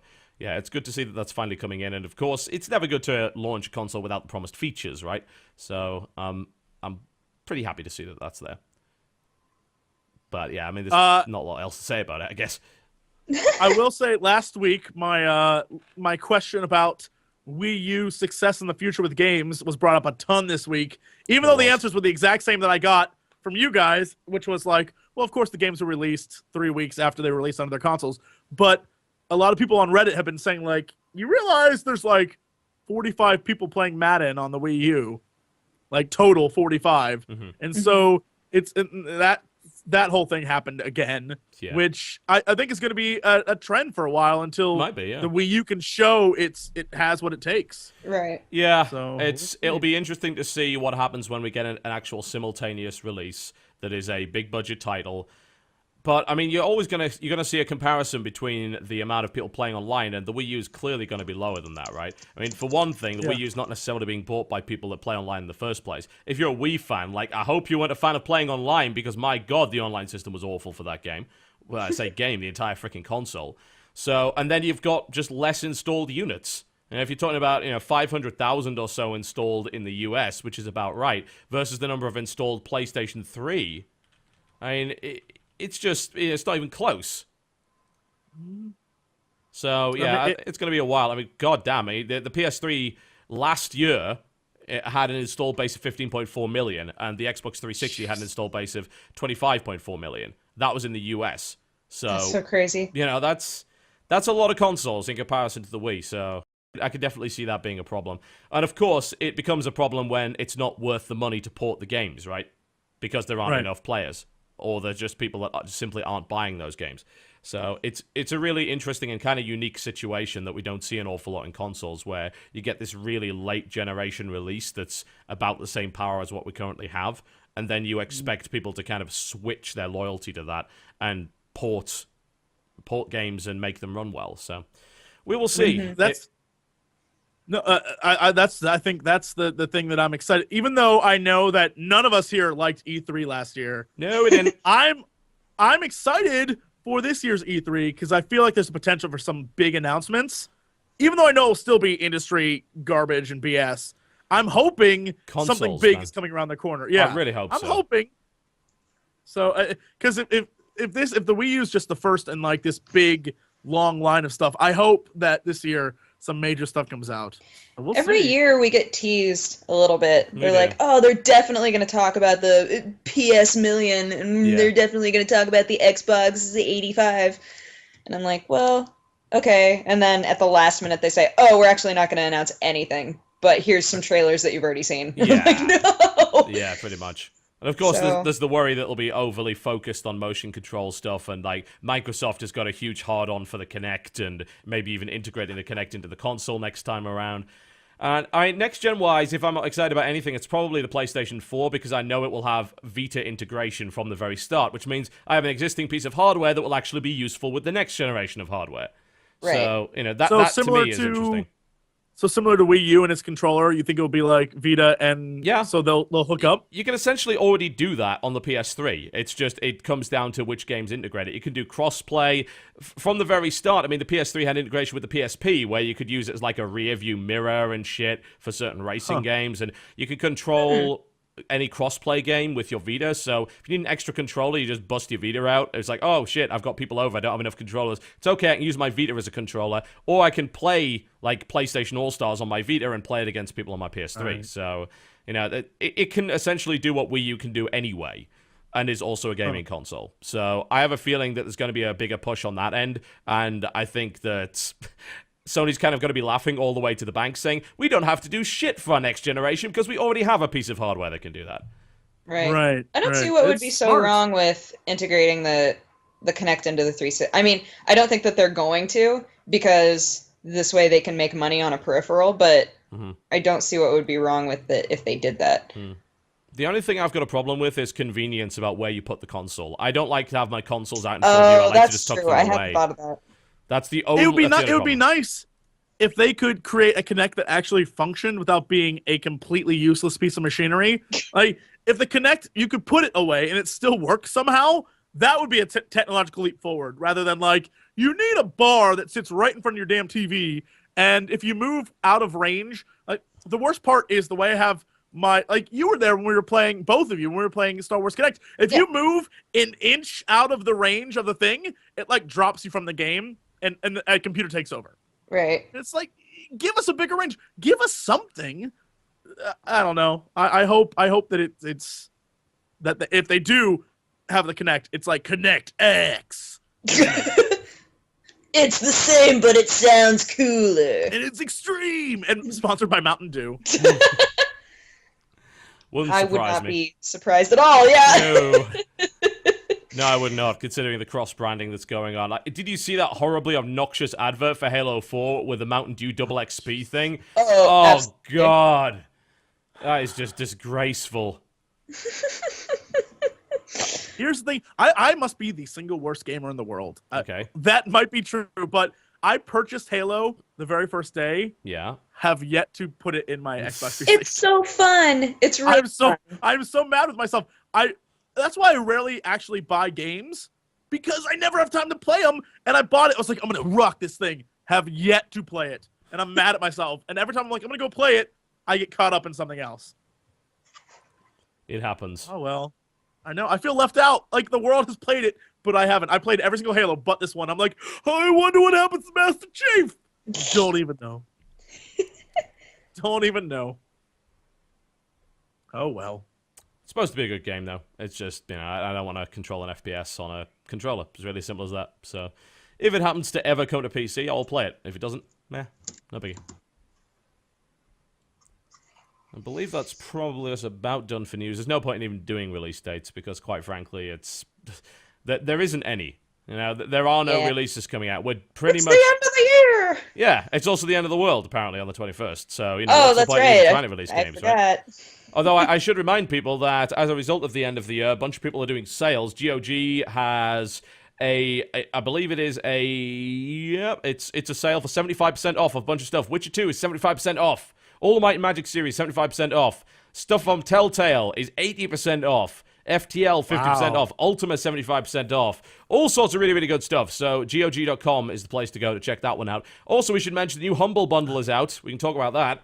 Well, that's right. Yep, that just came out today. That features Dungeon Defenders and the DLC. I mean, that in itself is the biggest deal, because Dungeon Defenders has about 23 pieces of DLC, and they're all available. And Legend of Grimrock is there, Snapshot, Binding of Isaac, Closure, Indie Game The Movie, which is kind of meh, and Shank 2. And also the options to donate to EFF and the Child's Play charity. And they've already sold 60,000 units. The average purchase price is pretty good. Average Windows is currently $560, average Mac $734, and average Linux $992, which is kind of where we'd expect it to be. And of course, we'll probably see that rise when they inevitably put new stuff in it, as they always do halfway down the line. So, I mean, that list of games is really good. There's not a bad game on that list, in my opinion. No, the Humble Bundles have just been getting better and better, I think. I'm always sad to see that Windows is so cheap, but yeah. I figure that it's pulling from a bigger pool of people, so... Yeah, and we've got more douchebags on aggregate, so... Yeah, of course. You know, this is pulled down by the people that pay... Apparently, you can't pay 1 cent anymore. If you try, then all it'll do is give you the soundtracks. Oh man, when Cards Against Humanity was doing their thing, where they just let you pay as much as you want for their holiday pack, they let you pay $0. Yeah, but they called you an asshole for it. Yeah, if you paid $0, then it would take you to a screen where they were like, "Thanks a lot, dickhead." Yeah, it was just like, yeah. I mean, it would seem that you can still get the games, but you will not be given Steam keys for anything under $1. So. But, you know, as far as I'm concerned, you know, you don't pay a cent for this stuff. I mean, you pay a reasonable amount. All of those games are good in their own ways. I mean, I don't like... There's 3 games on that list that I don't really like, but that's because they're just not my thing. Snapshot, Binding of Isaac, and Closure. But Legend of Grimrock, Dungeon Defenders, and Shank 2. I mean, Shank 2 alone is worth $5 easily. And that's an absolutely fantastic game. So... I would suggest you go check it out, humblebundle.com, get a DRM free. You can give it all to the devs, you can give it all to Humble, you can give it all to, well, you know, the 2 charities, or you can just split it up how you wish. You also get 6 soundtracks to, I believe, all of the games that are on that list, so that's definitely worth having a look at. I think Groupies, I think that's the name of it, they have a Greenlight bundle now as well. Yes, they do. Oh, so I think it's like Groupie. I'm probably going to mess this up. I think it's like groupies.com. I'm trying to look for it. I can't find it. I know what it is. Bag B? Yeah. Groupies.com/BagB, I think? Yeah, it's Groupies with 2 E's, by the way. Groupies.com/BagB has a Greenlight bundle, which is ending in about 11 days from the live broadcast of this show. And there's a number of interesting games that I will tell you that Salvation Prophecy, I have actually played that, and it's really not very good. So just bear that in mind. The cool thing is you get La Mulana for free. Once there's 2,568 bundles. So La Mulana is actually really great. So that's something to consider. The rest of the games I couldn't tell you about, honestly. I know Eri's Action is supposed to be like a co-op style of I want to be the guy, evil platformer. But the rest of that, I don't even know. But it's definitely worth having a look at. Yeah, it's all Greenlight stuff, so you know it's like super indie. So if that's, you know, up your alley, it looks like they sold a bunch of bundles already, so that's definitely something to consider as well during the holiday season when there are not really any games coming out. Yeah, so. That's very true. The holiday season is when you're supposed to buy games. I also have heard there's rumors on Reddit right now that the sale for Steam will begin tomorrow, that being the 20th. If that happens, then of course, we'll all be keeping you posted on deals. So watch our Twitters. I'll be doing Salebox again, of course. So just keep an eye on that. It's a shame though, because you only have a day to play it. Yeah, that's true. That's true. So you better buy them up quickly because, of course, the world is going to end, which will take Steam with it. Yeah. So that means you won't be able to buy Steam games anymore, which would be horrible. Oh.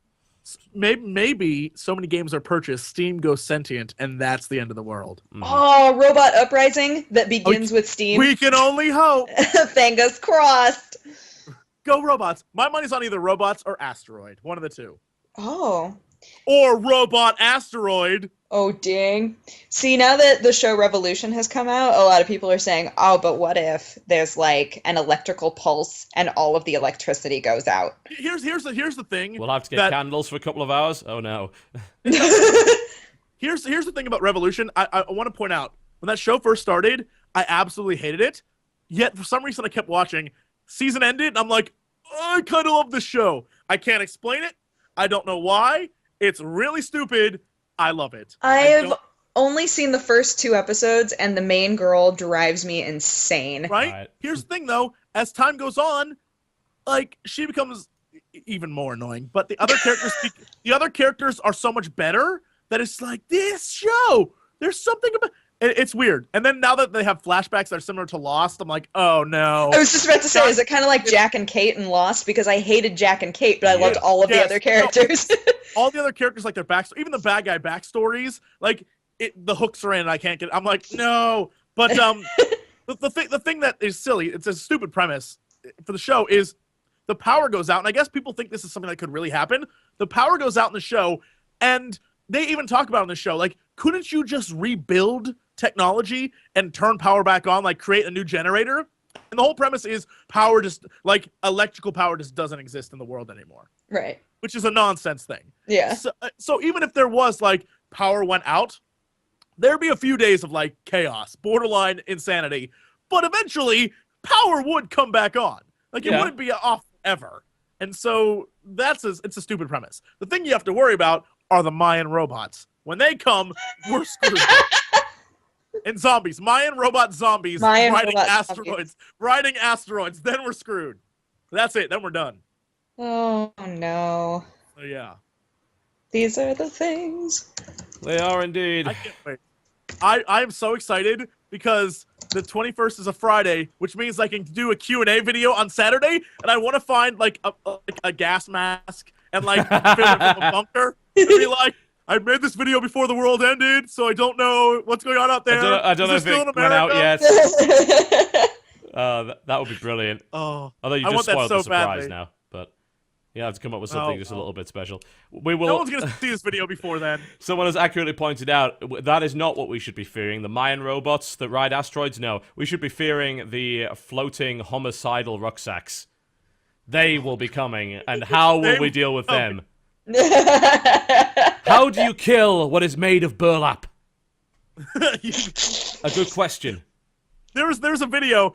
You know how they have those shows that's like Doomsday Preppers or whatever? This woman was like, I'm going to teach my son how to sew pigskin so we can make new clothes. And it was like, woman, where are you going to get pigskin living underground? Like, she did not think that far ahead, I guess. I don't know.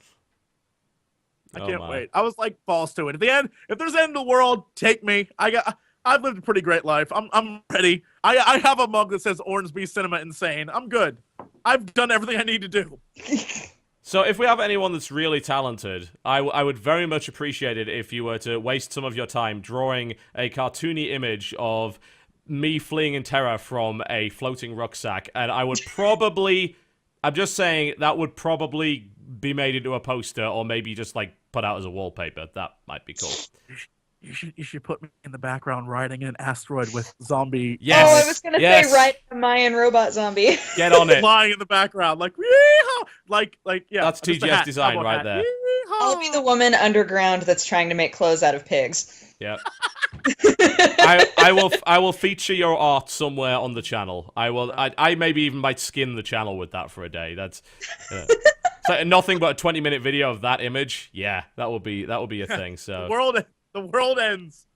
Yeah, that'd be amazing. That would be really good. Like, I know there's guys that did a bunch of Terraria art for us that was really, really good. So any of those guys doing that would be good. Speaking of Terraria, Jesse, we really need to play that fucking game again.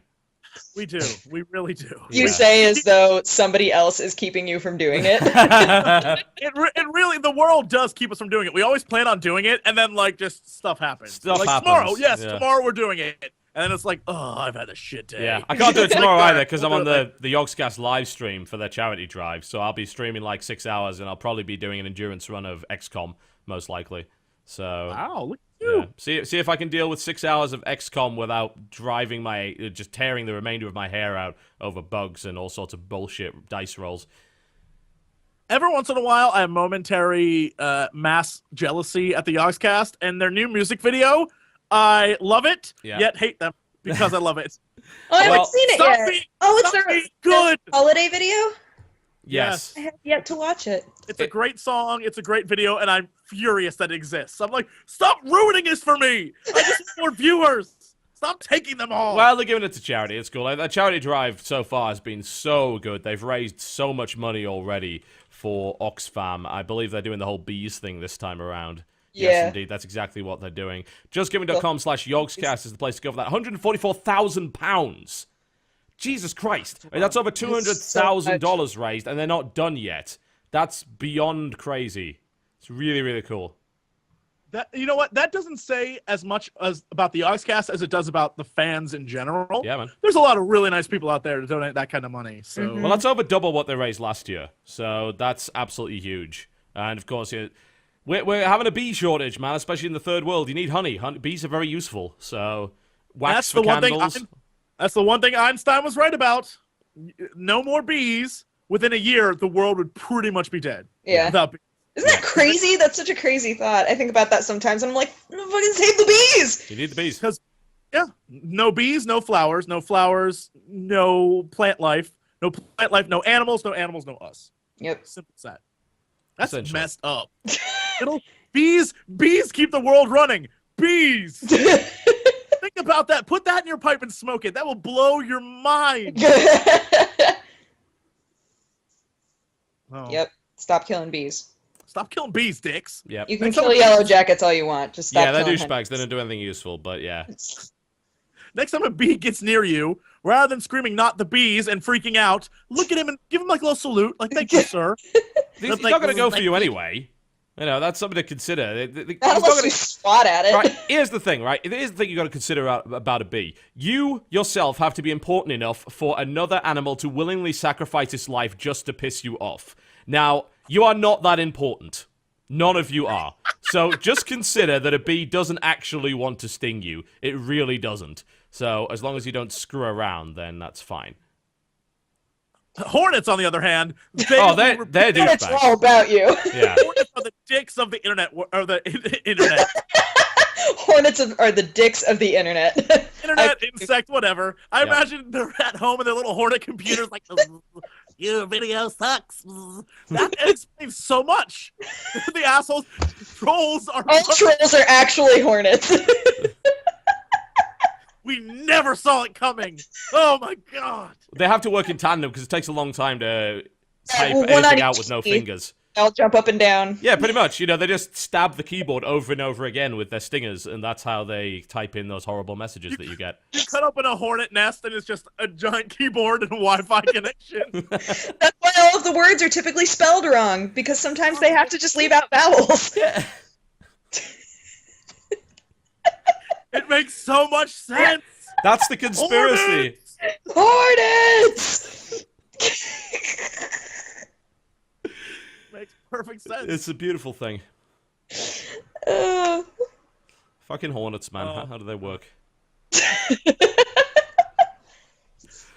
Welcome to the Hornet Station podcast, where we just avoid talking about anything that's not game related.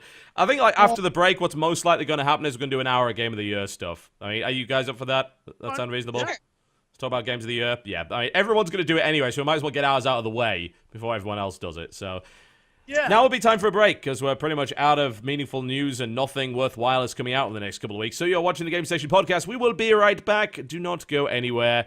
Our discussion of our Games of the Year will be right after this. Update the picture. Update the picture. Ladies and gentlemen, welcome back to the Game Station podcast. I suppose you can call it Christmas edition, because the next show, assuming it does happen on that time, will actually be a day after Christmas, so we will no longer be able to use the tinsel.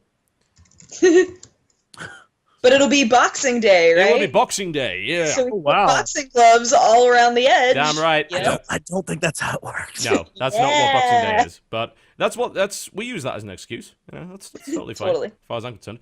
So, you know, I wanted to do a big kind of 1 hour section on Games of the Year and stuff like that. Kind of like a mini impromptu awards show with the three of us. What do you reckon? All right, sounds good. Sounds I like hope fun. that all of us disagree on everything. I hope so. Yeah. Probably will. All right, so what I would suggest is, I'm going to come up with a number of categories on the fly, and I would suggest that each of you nominates 2 games that could go into that category, and then we argue about it. I gotta write this down. Okay, categories. Oh Okay. no! Wait, I need. Hold on. Let me open up. Come a on. I note- had to open up a notepad. Yeah. All right. Yeah. Categories. Okay, it's open. I'm All done. right, I'm ready. Okay, so all right. Category. Oh, let's get that notepad thing out of the way. All right, so I'm gonna come up with some categories. Okay, so the obvious one is your game of the year. Yeah. So yeah, that's a really obvious one. So that should be the game that you, I would say personally, have gotten the most out of this year and have really enjoyed it. That came out in 2012. Yep. Okay. Your biggest surprise of the year. Yeah. Biggest surprise? Yeah. So something that you basically came out of nowhere and blew you away, or you expected to suck and ended up being really, really great. So your biggest surprise of the year in gaming. Whoa. That's people calling, like, award show! That's impromptu award show happening right now. Someone on the houseboat, so just ignore it. It's probably telemarketers. No problem. Your biggest disappointment. So a game that you were really looking forward to and ended up being kind of terrible, or just wasn't up to the standards that you were looking for. Okay. The flat-out worst game you've had the misfortune to play, and that's what the category's going to be called. That's the flat-out worst game you've had the misfortune to play in 2012. Oh God, why? Misfortune in 2012. Oh God, why? Oh God, why? There we go. So that's 4, and I mean we could do the standard kind of best graphics, best technical achievement is bullshit. Nobody cares about that stuff. So no one cares. Is the I think that these are good categories.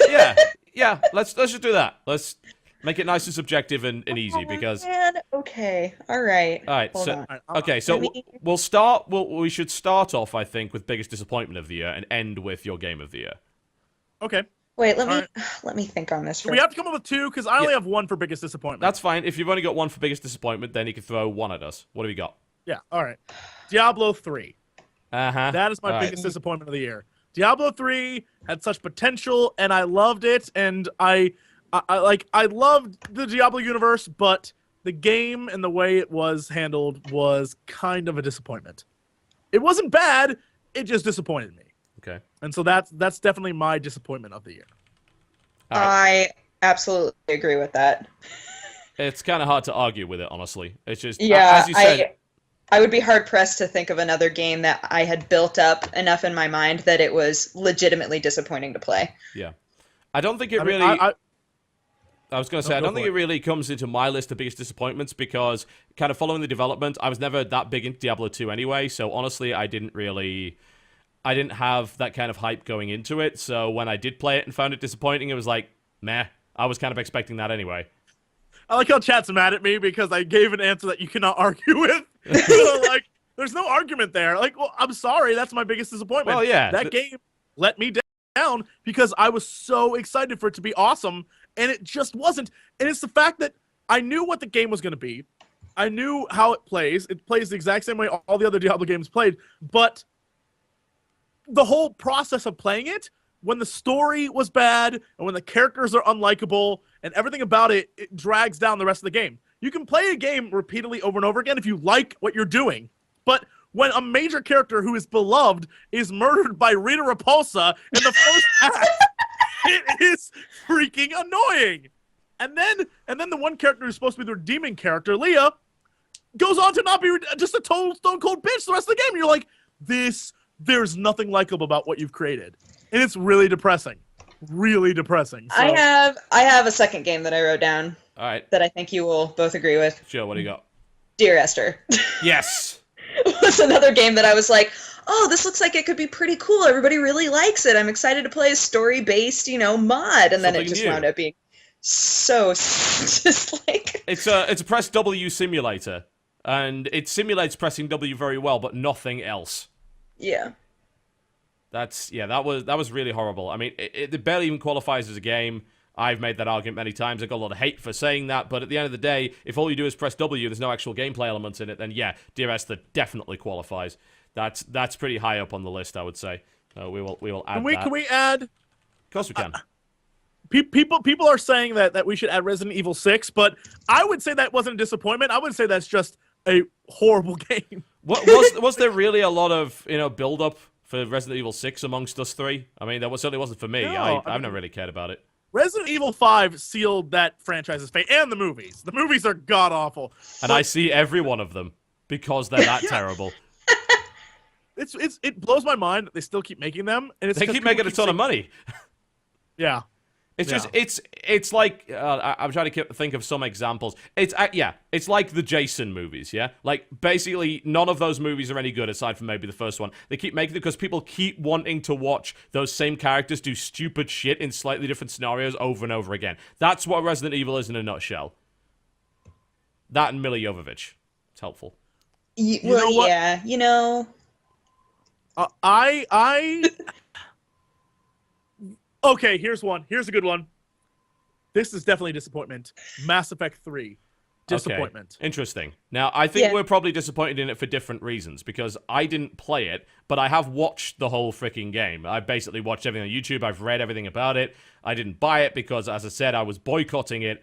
And my reason for being disappointed was actually the actions of BioWare surrounding the launch. And it was basically the idea that you would take something that could be considered so important by fans of the series, and that being a Prothean, as in the thing which has been underlying the entire series up to this point. Who are the Protheans?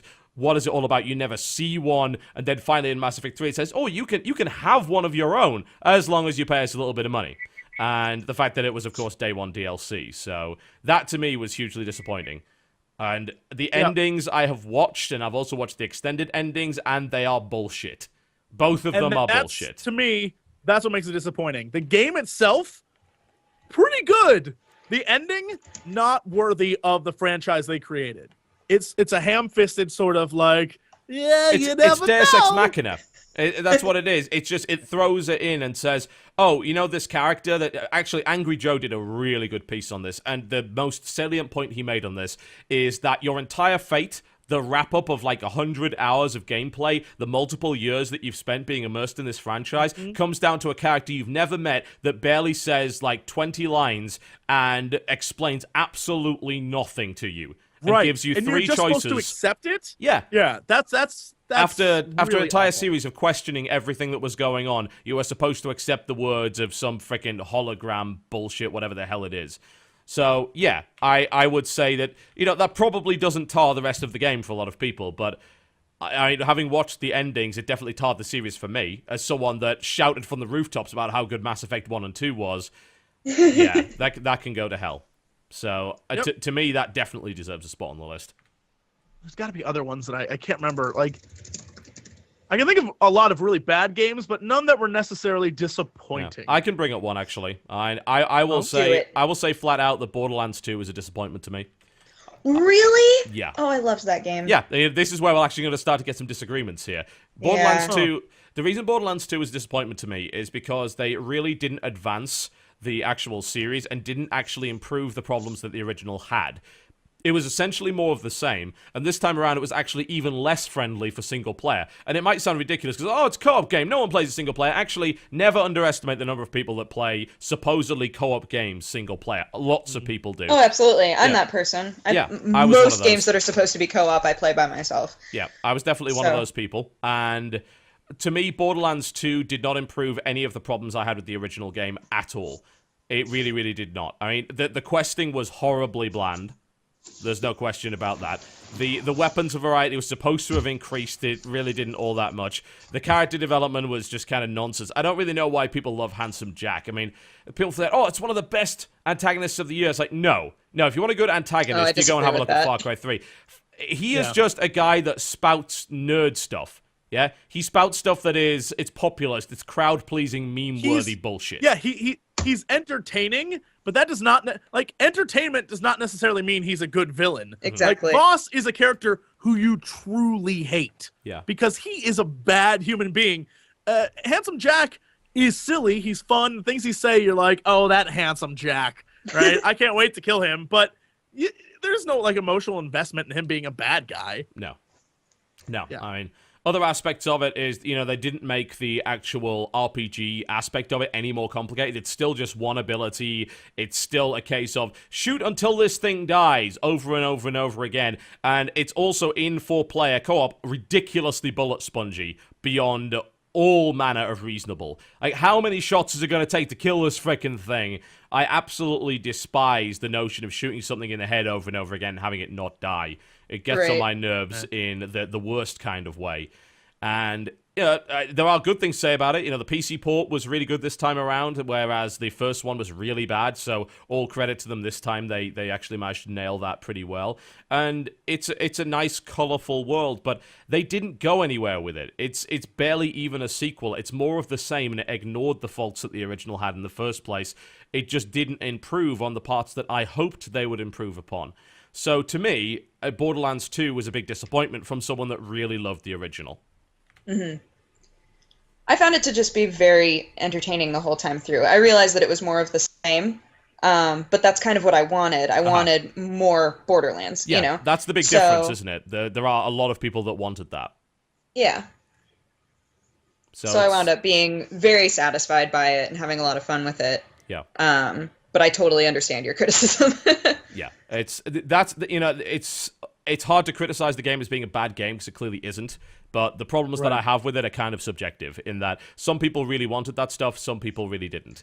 And with me, it was a case of I wanted an advancement in certain areas and I didn't get it. So as a result, I got pretty bored by Borderlands 2, unfortunately. So that was definitely a disappointment for me. Borderlands 2, it's fun playing with other people. Playing by yourself, I can understand how it would be a tedious. That's the thing, though. I didn't even find it fun playing with other people. The comparison I made is like you can watch paint dry with other people and it's fun too. But the actual multiplayer, yeah, it's too bullet spongy. Wow. It's like you got 4 people and it just means, oh, how long is this guy going to take to die? It's just irritating. So I didn't find that fun at all. But yeah, that's just my opinion on that one. And so we're currently at 4. We've got Diablo 3, Dear Esther, Mass Effect 3, and Borderlands 2. Diablo 3 and Dear Esther, of course, by Jesse. So we've only had one from you, Dodger. Do you have any others? No. Dear Esther was Dodger. I only did one. I did Mass Effect and Diablo 3. Yeah, I'm saying Dear Esther was Dodger. So you've got one more, if you wish. Dodger, one more. Well, I agreed with Diablo 3. I would say that another big disappointment for me was Daisy, just because I wanted there to be more to it. But but again, I realize that's not a completed game. I realize that. What? I hate when people say that. It's still an alpha. You just don't get it. Well, Which is dumb. I don't like it. The whole beta is beta thing is completely valid, but you can still not like the game. The only thing I'm not about to say, well, I'm sure I would like it if if it was complete, because I don't necessarily see where they're going with it. Yeah. So. Yeah. Can we include all MMOs released this year? Every single one? No, we can't, because PlanetSide 2 came out this year, and that clearly wasn't. I'm sorry, MMORPG. I'll clarify. Okay. Terra, a lot of potential, but very grindy. Was Star Wars Old Republic this year or last year? I can't remember. That was last year. It came out in December of last year. Yeah. So, Guild Wars 2, a lot of potential. It's fun. I still play it because it's free. Thank God. Yeah. But there's a lot to it that was promised, and I said this at the beginning. People were like, "You're nuts," but God damn it, I was proven right. The questing is a pain in the ass, and not what they promised at all. And no one quests. They level up through other means, really. Which is funny, because that was the best bit to me. I couldn't care less about the PvP, and I thought that the questing was really well delivered, and I was actually compelled to be taken on this journey through the zone, and that's the way that the questing worked. To me, it doesn't really seem like... I don't know if people have unrealistic expectations or whether or not ArenaJet just typed it up a little bit too much by saying, "Ooh, dynamic events, a living world," or maybe it's a bit of both. It could be both. Yeah, I would not say that Guild Wars 2 is bad. That's why I would include it under disappointments, because my hope for it was through the roof. And I know people will be like, "You said it sucked." No, I didn't just say it sucked. I said it was a disappointment. Just like Terra, I have a lot of hope for that game. I like a lot of stuff about Terra, but yeah, you're right. Yeah. I don't all think disappointments. Again, I don't think I was disappointed by that one either, because I saw what it was going into it. It's like, this has a better combat engine, but is exactly the same as traditional MMOs when it comes to the questing. So, will this be enough to keep me going? And the answer was eventually no. I got to maybe about level 20 in that game, and I just can't do any more of this. It's, the combat system is really fun, but it's not enough to keep me playing. When it goes free to play, I may dip right back into it. That's a possibility. It's funny to me how 20 is always like that magic number in an MMO, at least for me. Right. Where I'm like, I hit 20 and now I can sit and decide, okay, do I really want to spend more time on this? Yeah, I think that also relates to the Secret World. A lot of potential there, kind of a disappointment as well. And I think it's coming down to the fact that most MMOs, like RPGs, just have hit that sort of wall where the only way forward is innovation. So we'll see what happens, or just to stop. Just stop making them. We'll see. Well, I mean, we'll see what happens. If I had to do a surprise, I would include. We'll wait. We'll wait. Yeah. So yeah, DayZ, all MMOs. I'm trying to think if there's anything. There's one more I could put on the list actually, and that's Max Payne 3. I never played that. Yeah, that's actually on a lot of people's games of the year lists. I saw, and I think that it's got to be put on there by people that never played the originals. Like, you're gonna say that never played the actual game. Yeah, they were just like, this looks really good. It's my game of the year. So Max Payne 3 is really well voice acted, and it's a gorgeous looking game, and that's where my compliments for it end. Because Max Payne 3 is nothing like the original games, and it's okay to depart from that sometimes, but not when it leads you into a land of horrible linearity and too many fucking cutscenes. I probably about half the video that I did, which was a long first impressions, was cutscenes. They were all there, and they were unskippable. And this is stuff that was happening in the first 2 games as actual gameplay. That stuff would have happened as gameplay. None of that was happening in Max Payne 3. They restricted all of the gameplay to essentially shooting galleries. Mm-hmm. So, the BT in chat makes a great point. Max Payne 3 was one of my movies of the year. Yes, watch Max Payne 3. Someone already put it on YouTube as Max Payne 3 the movie. You can watch the whole lot of cutscenes without having to play the game. The multiplayer also wasn't all that good. But, to me, it was a gigantic disappointment because I loved the original games. I was even into the modding scene for those games. There was all sorts of really cool Matrix stuff and great stuff that was available for that. I played the whole game through with a kind of Kung Fu mod that let you beat the shit out of people. It was wonderful. And awesome. Max Payne 3 was just a mess in that regard. It didn't have the great set pieces that we saw in the first 2 games. The storyline was a lot weaker, in my opinion. It was too focused on Max's kind of drinking problems and cartels and shit, as opposed to the really crazy cultist nonsense that was going on in the first couple of games and the drug references and it. And again, it was too much of a movie and not enough game. There was a load of stuff that was in the cutscenes that they should have just let me do as a game. Like, let me walk here, let me open this door, let me do this, that, and the other. And it didn't let me do that. And that's not what I expect from a Max Payne game, so that to me is a big disappointment this year. So that's our list, I suppose, at the moment. Diablo 3, TGS, Mass Effect 3, Borderlands 2, DayZ, all MMOs, and Max Payne 3. And we will come back to... We will try and talk about that towards the end of the show. We'll have our big argument, and then we'll try and figure out which is the biggest. All right, so something a bit more positive. Your biggest surprise of the year? Oh, yes. I would say Hotline Miami was a very pleasant surprise for me. I wound up loving that game. And another one for me would be The Walking Dead. I wasn't expecting a lot out of that either. And it wound up being one of my favorite games this year, honestly. That's what I was going to say. The Walking Dead is probably the biggest surprise of the year. Mm-hmm. It's really hard to argue with that, honestly. It really is. Yeah. And I guess I do have a third one. I would also say Lucius. Okay. I know that a lot of people still haven't played that game, but I was expecting that game to be bad, like one of the worst games ever. And I was like, I'll play this, it'll be funny. And I wound up just loving it so much and like turning it into an actual LP on my channel because it just like wound up being really, really fun to play. So those would be my 3. For surprise? Mm-hmm. I agree with that. I definitely Walking Dead. I would say Dragon's Dogma. That game came out of nowhere, and I didn't think it would be any good, and I found myself playing it way too much. And Journey, did that come out this year? It did. Yeah. That was a terrific game. Well, people know my game of the year. That's the one that I put at the top of my list that I brought out a couple of days ago, and Journey was a complete shock to me because what I played of it, the only chance I got to play it prior to its release was at a show. It was at Eurogamer, actually. And it was for about 8 minutes on a show floor, which is the worst place to experience it. Like, you can't hear any sound. You have no idea what you're doing. It was a beta build of it. It was a fucking mess. And then I played the game when it came out, and I was completely blown away by how much that game actually affected me and how many emotions it evoked in me. Like, the enjoyment, anticipation, the wanderlust, would be another one. Just the desire to explore the world. And towards the end, a great deal of sadness. And it takes a lot to make me sad at a video game, but that did a pretty good job of it. So yeah, Journey for me is no question one of my biggest surprises this year. Mm-hmm. Any other ones? Jern?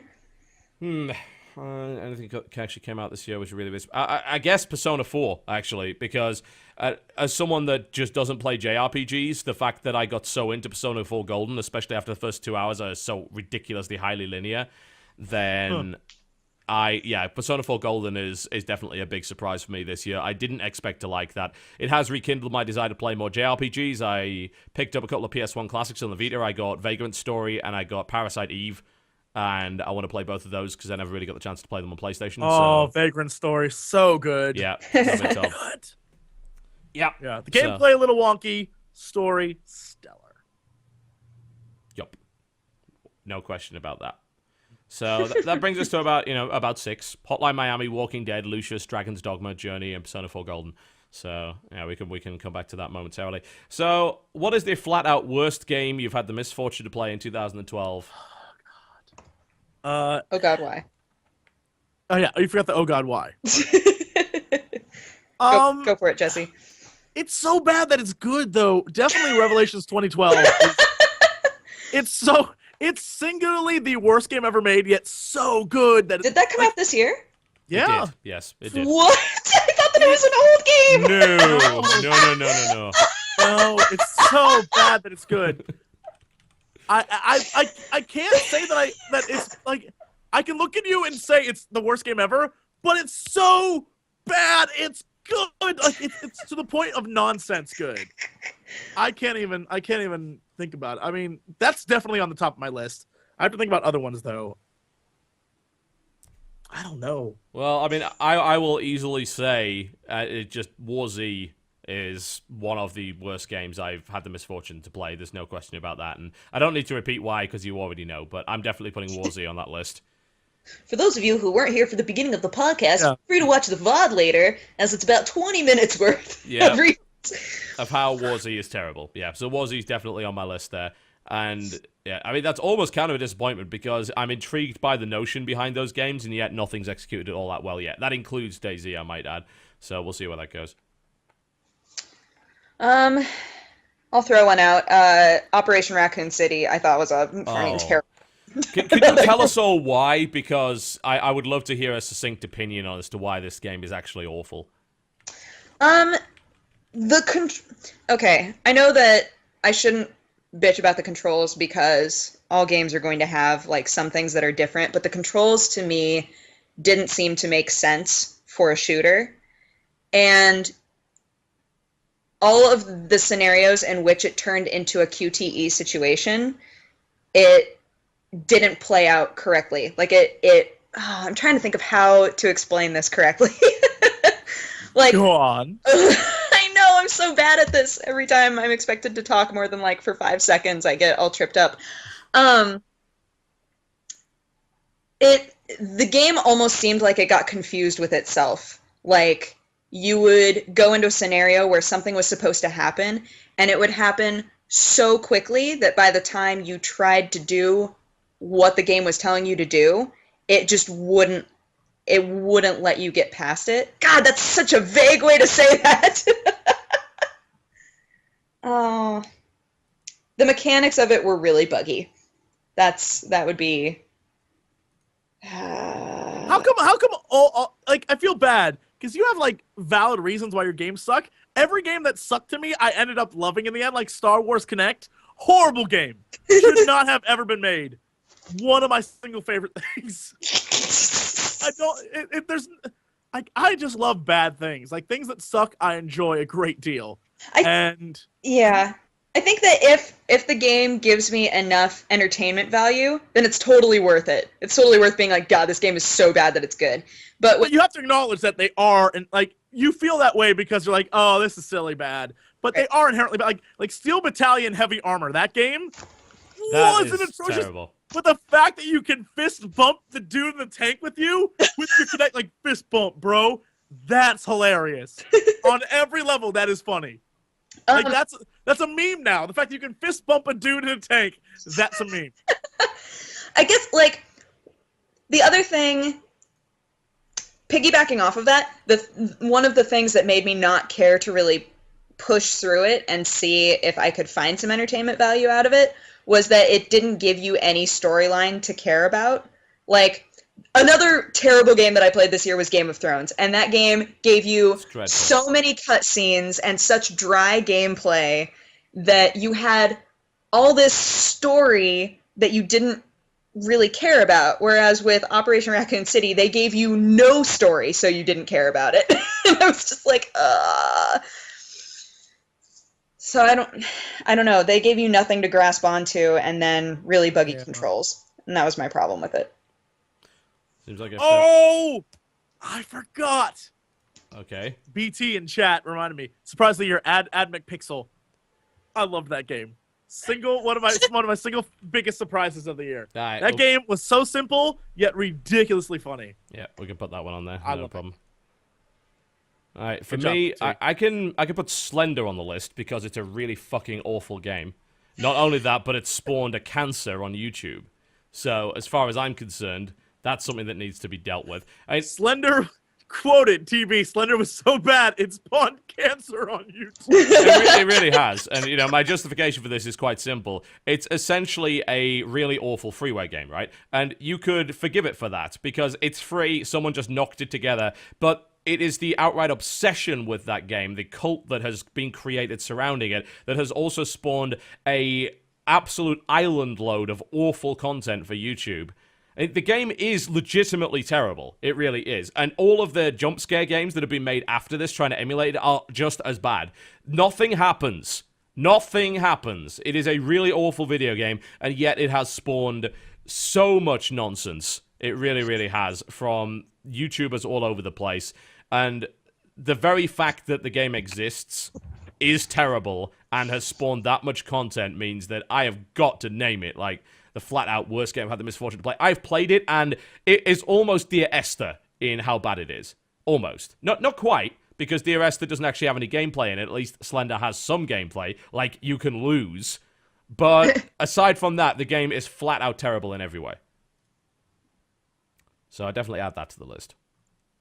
But I have to say, I feel like you wouldn't be as harsh on it if there weren't so many people playing it on YouTube. Yeah, if you weren't just so sick of seeing it. Yeah, because I probably wouldn't have even found out about the game. It's like, oh, it's another shitty freeware game that someone knocked together in an afternoon. But no, it became this gigantic cult classic that is nothing short of awful. So, yeah. I've got another one for the list as well. Gettysburg Armored Warfare. Never even heard of that. Yeah. So this was a really cool idea.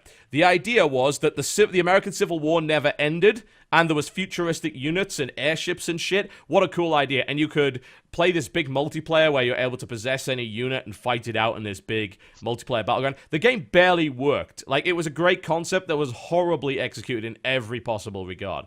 And it was a massive disappointment because Angry Joe was really looking forward to it and did a video on it, and he, like, showed it in beta with the developer, and it looked like hey, this looks like it's actually working pretty well, and obviously it's in beta, so it's a bit shaky, but it looks alright. And then it came out, and it was unplayable. It was a total, so sad. Total disaster area. So, yeah, Gettysburg Armored Warfare's got to go on my list. That was absolutely useless. The game was totally worthless. I've never heard of this game. And now you realize this is a mission of mine. I have to, if it's that bad, I will enjoy how bad it is. No, you won't. No, you won't. Jesse, I'm actually really surprised that for surprises, you didn't say Mists of Pandaria. I probably should have included that. I think earlier, go back, watch the video. I was about to say, like, I have a surprise, and then I said, oh, I'll hold off. That was what I was going to say. I was going to say that because I think it actually, everyone was like, it's going to suck, it's going to suck, it's going to suck. It actually was quite good. Mind you, it's the exact same thing as everything else that has ever existed in WoW. So after the initial, like, it's kind of great, it goes back to the same formulaic, like, now, once you reach max level, there's 8 million daily quests to grind, and it's like, all right, enough with this. Right. But the way they handled it in the story and all that stuff, if you're a lore nerd like myself, it was kind of great because it explained a lot. So I'll add that as a surprise. You're right. I'll add that. So before we go on, I would like to add to the show by... Yes. No, let's not go there. I would like to show you some art that has been provided for the rucksack thing. Oh my god. Someone made it, and it's pretty good. It's pretty good. It looks something like this. Obviously, like the size. We have to wait. Yeah, I'm just gonna have to put it on the screen because like this is not the right size to go on the overlay. Dude, but yeah, that is amazingly. Who drew that so quickly? That was drawn by Sordid Dreams on Twitter. Sordid Dreams. That's really, really fun. I love that. That's great. Dreams. Dodger and I are nowhere in that picture. She is not making pigskin clothing, and I am not riding a. I see how it is. Sordid Dreams. You have let us down. Sordid Dreams. You think you're so cool? Well, you're not. You're sordid. Dreams. There you go. Yep. That's a wonderful thing. So thank you for that. That's very much appreciated. We only have currently 5 on the list. So who's been slacking? Because I definitely came up with 2. Wait, 5 on the list of what? Well, the flat out worst game you played this year. And I gave 2. Did you? What was your other one? I gave Game of Thrones and Operation Raccoon City. Yeah. Okay. Fair enough. So that takes us to 6. All right. That's fine. Boom. Anything else people want to mention as flat out terrible? I can't really remember. I don't think of anything else this year. Maybe it's just been wiped from my mind. I keep forgetting like what games came out this year. Yeah, it's like, oh, do you Nukem Forever? Oh, wait, no, actually, that came out last year. And a whole bunch of other games came out last year. Did that. It really seems like it's been sort of, even though a lot of major games have come out, it feels like there's only been like 7 or 8 really great games or things that you can remember, and most of it's kind of just throwaway garbage, which is really sad. Yeah. Yeah. Which takes us to Game of the Year. So Game of the Year. Well, I mean, I'll start because everyone already knows my Game of the Year because I put it in my top 10 list. And that's Journey. And I could go via the top 10 list and say, oh well, second in the list, third in the list, but I'm probably gonna put Dishonored in there as well, just for the sake of saying it. But it was number 8 on my Not because it was good, but no, it was on my list. It was in my list, so I can put it in there, and order doesn't really matter. So whoa, but what about the ones that were before that? It's a fucking top 10 list. It doesn't matter. I gave them numbers because you complain if I didn't. It's arbitrary. Yep. So so I put on Journey and Dishonored probably. Dishonored for just a straight up really awesome stealth action, Deus Ex style free roaming stabby experience with a really awesome setting. And Journey because it was the most emotional experience I've had this year in terms of gaming. So those were the 2 that I put there. That's the one thing about Dishonored that infuriates me. And you're right. The setting and all the backstory and everything about it is stellar. Yep. But it infuriates me that it only takes place in one small little chunk of that world. Yeah. And that's why at first I was furious, but now that they're making a sequel, I'm like, and open that up for me. Storytelling DLC is coming in. I think the Whalers or whatever they were called. That's going to be a completely new story arc. So there's like for Dishonored, they have a map of the world, and there's so much there. There's a whole other continent that's a mysterious world. They tried to set up like a base camp, and it turns out that there was a horrible catastrophe there, and there's all these other islands, and there's all this backstory, and it's like we get just a fraction of it, and that drove me crazy. But now there's a sequel. I'm hoping, praying that we'll get something awesome. But I agree, Dishonored is a great game. If I had to do one, I would say definitely Far Cry 3 is up there. That would be one of my game of the years. It's stellar. And this is a rarity. I don't rarely do this, but I want to say Black Ops 2. All right. I'll say that. Okay, why? I will say that. I can't help but I love the zombie killing. I actually, even though the story was super ADD inducing, that story was really great. Really great. And it sort of continued from the first one. And then the actual online play, I don't like, I could be way off. It could be a horrible FPS game, but I love it. And I'm not a FPS player. So to me, that stands above the rest because I like it. And I usually don't, which is very strange. And the fact that I still have it on my computer after initially playing through the story says a lot, I think. Mm-hmm. So it's weird. I don't know. Usually I'm not a fan of them. So that's why I have to give it the credit that's due. Fair enough. My number 1 would absolutely be Journey. That game is absolutely incredible. Yep. But if I were to give 2 other titles, I would say The Walking Dead has actually been a really good experience for me. I've really loved it, and in terms of a QTE game. I think that they did it so right. Like, it's been fantastic, and all of the different chapters have been really enthralling. So I would say definitely that one. And then I would also say Borderlands 2. And I know that probably neither of you agree with me, but as a person who doesn't play shooters very often, I think that it's very noob friendly and very entertaining. And yeah, I will normally drop a game like that so fast, but it wound up being really engaging for me and really fun. So that's definitely one of my top games this year. Boom! Every time I think of a new game, I always am like, I don't want to put it in, because chat's talking about Spec Ops: The Line, how that was a great game. I'd put that under surprise more than I would. It wasn't actually a great game, like gameplay-wise, and plus I explained in my top 10 why I didn't put it on my list, because my top 10 is games I enjoyed. Spec Ops is not a game you enjoy. Spec Ops is a game you experience and get horribly depressed by, and like sometimes have to just leave the game because the depraved shit that's going on is that is so well delivered.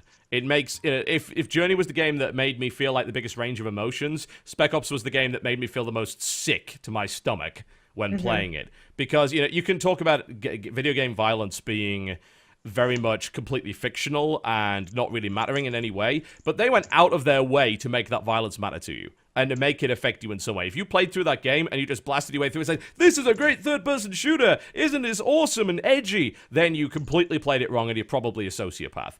So I feel that, and I'm not kidding, I really am not kidding. If that game didn't affect you at least in some way, like there wasn't some nagging thought in the back of your mind, it's like, the stuff I'm doing in this game is really fucking wrong, then I think there's something wrong with you. So I wouldn't put it as a game of the year or even biggest surprise, really, because it's definitely an important game, though. Mm-hmm. Oh, man, I'm trying to think what else came out that I was like, this is... Was Dark Souls this year? Dark Souls... Yeah. Let me look it up. No, Dark Souls was last year. No, Dark Souls was last year. Yeah. The port to PC was this year. That's right. Damn it! I can't. What else came out this year? I would say a huge surprise would be Awesome Knots, but didn't that come out last year or was that this year? I think it was this year. It was this year because it was in my top 10. But I'd include that as a biggest surprise for me. I don't know if I name it best game because it's all reliant on playing with other people. Yeah. And any game where you play with other people, they can kill the game for you sometimes. Time. Yeah, any MOBA game you can really have a shit time, including Awesome Knots. I mean, all credit to Awesome Knots. It does quite a lot to alleviate that and give you a chance to kind of get back into it. But it's still very possible to get completely steamrolled just because your team is a bunch of idiots. And there are a bunch of things that Awesome Knots doesn't do well, like the ability to communicate with with the other people playing with you to indicate what's going on, and just to make sure that your teammates are not just horribly feeding. And the worst thing is, you can do drop in, drop out. You'll be replaced by a bot. Yeah, the bot then goes and feeds and makes the guys much more powerful while you're waiting for another person, which is a really terrible idea. It was just brought up FTL. I would agree that was a big surprise as well. Definitely, there's a lot of games I wouldn't say game of the year, but the surprise list I think grows because there's a lot of games that came out of nowhere that were genuinely good, and it was like like Chivalry. That's a solid game. Chivalry was a huge surprise to me. How much fun that game wound up being. There's so many that fall into that surprise level that I think are really great. So Halo 4 wound up being surprising to me because I've never cared about Halo games before. Yep. Yeah, I totally agree with you, Jesse. I think that for the most part, a lot of people would be able to really fill up a surprise sheet more than a Game of the Year sheet. Yeah. Sleeping Dogs is actually another one that kind of surprised me because it comes from a legacy of some pretty bad games in the form of true crime, which were just silly. And that came along with a really cool story with plenty of Hong Kong action cliches and tropes, as well as really great voice acting and a very enjoyable combat system. Driving that was really, really fun, plenty of cool activities. Some people said, the activities are repetitive. Well, that's every open world game ever. So I don't feel that's really it could be a legitimate criticism of the genre, but not of that specific game. And there was all sorts of really fun things to do in that game. So Sleeping Dogs definitely goes up there for me. Right. All right, well, it's probably about time to kind of round them up then, and then we'll show you a few videos from the game station, and we shall then leave you with fond farewells, and hopefully plugs to go and view our channel. But if we were to start with biggest disappointment, so you Hold the phone. Hold the phone. Whoa. Hold the phone. Holding. Chat's on it. Tokyo Jungle? Forgot. Because it came out last year in Japan, it wasn't even on my radar. Tokyo Jungle wins my love for biggest surprise, maybe on my game of the year. Maybe. Tokyo Jungle is amazing. You're jumping the gun, damn it. You're ruining my structure. What the hell's wrong with you? And Natural Selection 2. Oh my god, what did I think of these? Natural Selection 2 is wonderful. Flip the table. I'm done. So many games. Oh, what did I select? Black Ops was great. What? F Black Ops. Tokyo Jungle takes the spot. All right, we're replacing Black Ops with Tokyo Farming Jungle. Simulator 2013. Pomeranians killing zebras is better than shooting a dude with a semi-automatic. Any day. Any day. All right, okay, fine. I've replaced those in the list then for you. So let's start with, right, so you're going to have to only pick one now. Biggest disappointment, Jesse? Diablo 3. Biggest disappointment. Okay, for me... Uh-oh. I'm going to go... I'm having to decide between the ones that I gave. Max Payne 3. I'd say Max Payne 3 was more disappointing to me than Borderlands 2. I at least had some fun with Borderlands 2. I had no fun with Max Payne 3 at all. And let's clarify. What? What the hell was that? I thought someone's smoke alarm went off. It sounded like a smoke alarm. It did. It wasn't. Yeah. This time it was not my house. I'd like to throw that out there. The house boat isn't on fire. That's good. But I want to point out that biggest disappointment, for those who are curious, it does not mean that we hated the game. It means that we went in wanting to love it so badly that we were disappointed by the fact that we didn't. Yes. That's what it means. It is, yes. Keep that in mind. You're giving the reasons for Diablo 3. I gave my reasons for Max Payne 3. So, Dodger, your biggest disappointment? Dear Esther. Dear Esther? Okay. That's reasonable. I mean, I definitely went into the game having read a lot of interesting hype. It's like, this is a truly unique game experience, and what I had was not a game experience. And I wouldn't say that I have strict guidelines as to what is a game and what is not. What is just kind of a giant interactive cutscene. By when this game came out and we had a huge discussion about what yes, we did. Game. Oh man, yeah, we did indeed. I don't want to repeat that, but yeah. And it's not that Dear Esther had nothing that I took away from it going, oh, that was interesting. But overall, it was a huge disappointment. As a game, it was bollocks. Yeah. All right, okay, that's fair enough. So, biggest surprise of the year. You're going to have to pick from the 5,000 things that you've now listed. So I'm going to start with you, Jesse, considering you ruined the list. So, come on. Oh, my God. Biggest surprise. I don't remember what I said. I said so All right, many. the list is Hotline Miami, Walking Dead, Lucius, Dragon's Dogma, Journey, Persona 4, McPixel, and Tokyo Jungle. Oh, God. Biggest surprise would be Tokyo Jungle. That game is nonsense, and I love it. And I did not expect to. I was playing it on the basis that I played Revelations 2012 that was going to be awful, and it's not. It's really fun. So I'll definitely go with Tokyo Jungle. Dodger, what do you got? I will go with Hotline Miami. All right. Seems totally fair. That game did creep up on a lot of people, and I have only one problem with that entire game, and it ruins the game for me. So I'm hoping that the sequel doesn't have that. There's gonna be a sequel? Yeah. What? Yeah, they're making a sequel. They're working on it I'm right now. gaggling it right now. Yep. They are working on it right now. It was enough of a success to justify it. They were going to do DLC, and they're like, fuck it, we got enough money, let's make a full-blown sequel. So, yep. And here's hoping they don't have the fucking C6 swaying that made it impossible for me to enjoy that game. That needs to go. I feel like Tokyo Jungle should be my game of the year. You think? I love that game so much. Why are you skipping the categories? We haven't got to game of the year yet, damn it. Can I switch? Can I change my mind? Yes, I guess. Chat's right. I feel like my biggest surprise might have been McPixel. Okay. I did love that. Why? McPixel is great. Why? You haven't justified McPixel yet, so come on. The same reason for Tokyo Jungle. I thought it was gonna be awful and bad, and it turned out to be wonderful. And Why is it wonderful? Because it's hilarious. It's one of the funniest games I've played in a long time, and it's very simple and easy, and it's highly enjoyable. Damn it! There's so many good games. I don't know how. I can't choose. What a horrible first world problem we happen to be. All right, no. Okay. Screw it. We're sticking with Tokyo Jungle. We're sticking as biggest surprise. I'm gonna stay with it. Move on. All right. Okay. Viewers of the TGS podcast do love how we started off saying, man, this game was really just dry for games this year. We just had no good games. Like, wow. Yeah, sure. Sounds about right. Yes. Speaking of Tokyo Jungle, biggest surprise. Okay. All right. Biggest surprise, Tokyo Jungle. All right. Flat out worst game of the year that you've had the misfortune to play. Oh God, why? Start with you, Jesse. 2012. Oh God, why? Revelations 2012, worst game ever made, ever. Period. Yep. Okay. I'll pick a Game of Thrones instead of Operation Raccoon City because I played more of Game of Thrones than I did Operation Raccoon City. All right. I choose Warzy on the basis that it's fucking awful. And it's so topical. And it has a reprehensible business model. Like, of all of the things you can say, that there are two other games on my list for flat-out worst game I've played. Neither of them have a reprehensible business model like the Warzy does. Neither of them have so many stolen assets. Neither of them was such a cynical cash grab. And neither of them were just borderline unplayable dreck that is kept afloat simply by fanboys' desire to play that emerging genre of video games. So, the Warzy, without question. Boom. Also, they stole their terms of service from League of Legends to the point where they left the LOL URL in there because they're fucking terrible. Who steals the terms of service? Who steals the terms of service? God. And game of the year. What were our choices? We had 6, right? What were our Journey, 6 choices? Dishonored, Far Cry 3, Tokyo Jungle, Natural Selection 2, Borderlands 2. God, I love Far Cry 3, but I have to go with Journey. Journey may be the game of the year.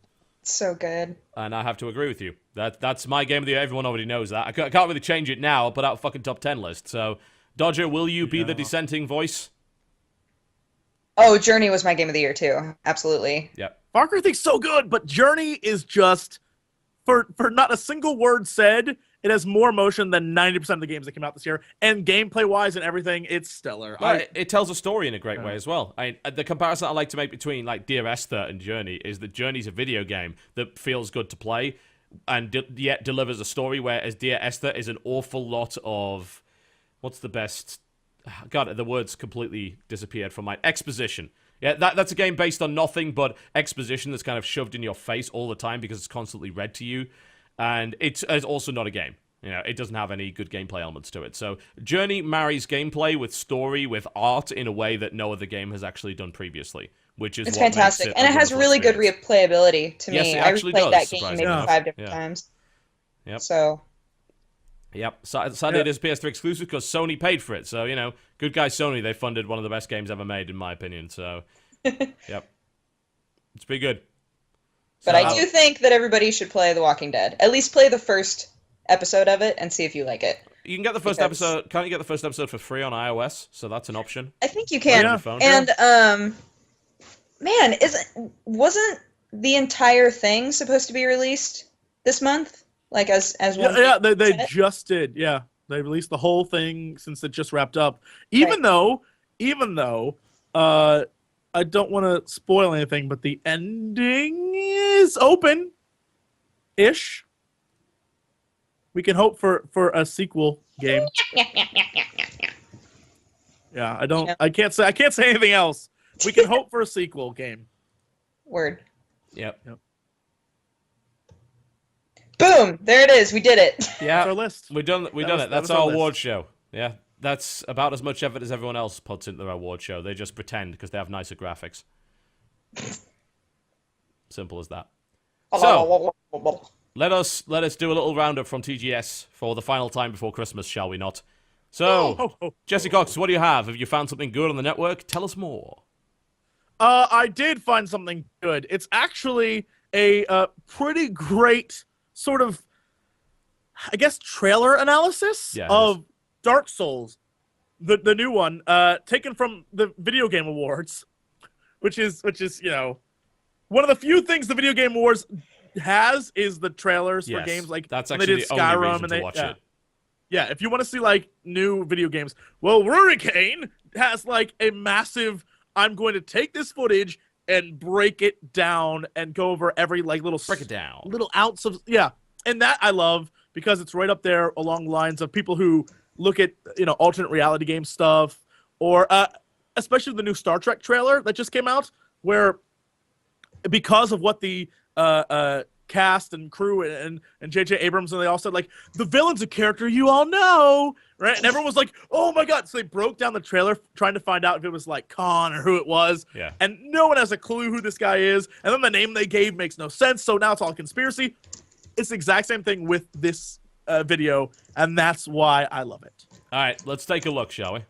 Everyone, Rurikon here, and as a lot of you guys have been pretty much spamming my inbox of YouTube and Twitter and Facebook, and bear in mind, I'm not complaining at all. I really appreciate it. It's really cool. Basically, Dark Souls 2 has been announced. Now, a lot of you, well, not a lot of you, but some of you were even doubtful if there was going to be a Dark Souls 2. I know that a lot of people were wondering, oh man, you think there's going to be a Dark Souls 2? And I told you, and Epic Name Bro told everyone as well, that basically, yes, there was going to be a Dark Souls 2 before it was even announced. We said there was going to be a Dark Souls 2. We did not knew at the time if the name was going to be Dark Souls 2 or, like several people suggested, Dragon Souls, Dead Souls, whatever.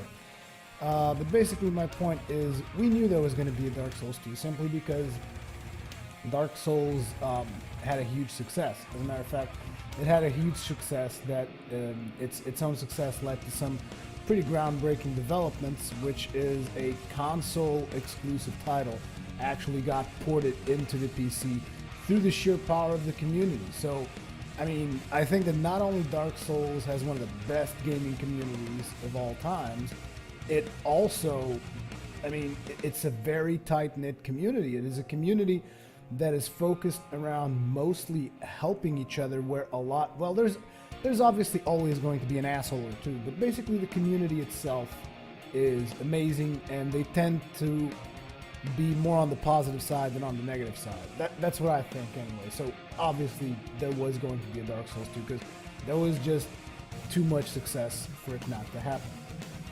So what you guys are watching right now is just the website. The website that you're watching here is darksoulsii.com. Oh, there's a little clip from it. There's a lot of it. That's like a 27-minute video, so we can't really... You suck. Basically, I understand the problems of having to skip forward in a video. For people who are wondering, that's his intro. He then goes to the actual trailer and breaks it down. Yeah, you know what happened the last time we tried to skip forward in a video in XSplit? It went crazy. Like, it just doesn't work. All right, I'm going to try it again, and I'm going to see if it actually does it this time. And then you can see a bit more. Will that make you happy? Wait. If something horrible happens, this is your fault. I know it's going to break. You don't have to prove it to me. I know it will happen, but I want to see it happen. So. Let's see. Rurikon here, and as a lot, and the Tomb of the Giants. He seems to be. Oh my god! It actually worked. A weapon from him. It looks like some kind of a trident thing. It doesn't really look like a sword, because it has like these forky things in the edge. I'm not exactly sure what he's pulling out. And I think this is one of the masked dudes, mostly because of the trims that you see here. You will see those same types of trims on the masked dudes. Now this area, I have no idea what it is. I mean, I guess it could be like a hidden room in the catacombs, or it could be like an entire new area. I mean, all of this is, once again, conjuncture, and you shouldn't really be taking everything I'm saying to the letter. It's just me rambling on and on because I enjoy theory crafting about this kind of stuff. Gammas. Now, this is very interesting because I wonder if this is even FromSoft just kind of teasing us, but this particular thing right here, doesn't it remind you guys of anything? Not from Dark Souls, but from Demon Souls. This reminds me of the old one, right here. There you go. I managed to skip forward and actually show a few parts of it. And XSplit didn't break. I don't know how that happened, but it didn't work, so there you go. You got to see it. The old one comparison is an interesting one, actually, because, yeah, he's right. It does look very old one-ish. That's certainly the case. But yeah, at the end of the day, it's a trailer analysis, and anything particularly detailed is gonna start being kind of boring to some people. But like, it's the same reason why I watch all of Epic Name Bros stuff, because that kind of in-depth analysis of a game where the lore is very obfuscated is extremely interesting to me. Also, I should point out, conjuncture is not actually what you think it means. It's conjecture. That's the word you should be using. But there you go. Just a minor nitpick. I fuck up words all the time. Everyone does it. It's no big deal. You can go check him out, and I would suggest that you actually do, especially if you have any interest whatsoever in this kind of stuff. Just go and have a look, and the link is, of course, in the description below this video if you would like to check him out. It's pretty cool. So, Dodger, what have you got this week? I have the best thing ever. You guys know how much I love Team Fortress 2. A channel called Random Encounters Entertainment made Medic, a Team Fortress 2 musical. They did, yes. It's so magical. that's my video for this. Wow, that is high praise. It's so magical. Well, now I need to see it. Now you must watch it. All right, okay. A short clip of Medic the Musical by Random Encounters Ent is the name of their channel, I believe. Random Encounters Ent. Let's take a look. Medic! There's a certain hellish realm reserved for everyone who yells they need a medic. Every evening while I sleep, while I'm busy counting sheep, they all bleed medic. When I'm eating, when I'm reading, or excreting on Sir John, there's no hiding from the screaming in my mind. There's no place in heaven high where I can fall away and die. The only real solution's absolutely homicide. Oh, speak of the devil. All the wounds I've ever sealed, and the boo-boos that I've healed, I'm a changed medic. Now these injuries can stay, while I blow some wounds away. Beware the medic. The soldier and the sniper, I'm afraid they've not got long. The demo man and pyro quickly fade, and the medic will just laugh as the heavy's torn in half by the medic, and his bones are gruesome blade. Yeah, that surprisingly good, actually. That could have been terrible, but that's actually pretty well done. Right? It's not bad. And it's I not love just it. a song either. Like it is actually very much a musical number, as it were, rather than just it being a parody song about a medic. And like production values are really, really good. These guys are great. Like, why haven't I watched more of their stuff? I don't know. Good question. That's one of the things about YouTube that I find very funny. There's a lot of really amazing talent out there that just gets knocked over by... These guys only have 12k subs. This is bullshit. That's what I'm saying. Go and subscribe to them, you idiots. YouTube.com/randomencountersent. YouTube.com/randomencountersent. They're very good. Very good. Yeah. They did Super Monkey Ball the musical, and there's multiple episodes of it. Wow. That sounds awesome. That sounds great. This stuff is really good. I would strongly suggest you go and check it out, so please do go and subscribe to them and give them some support.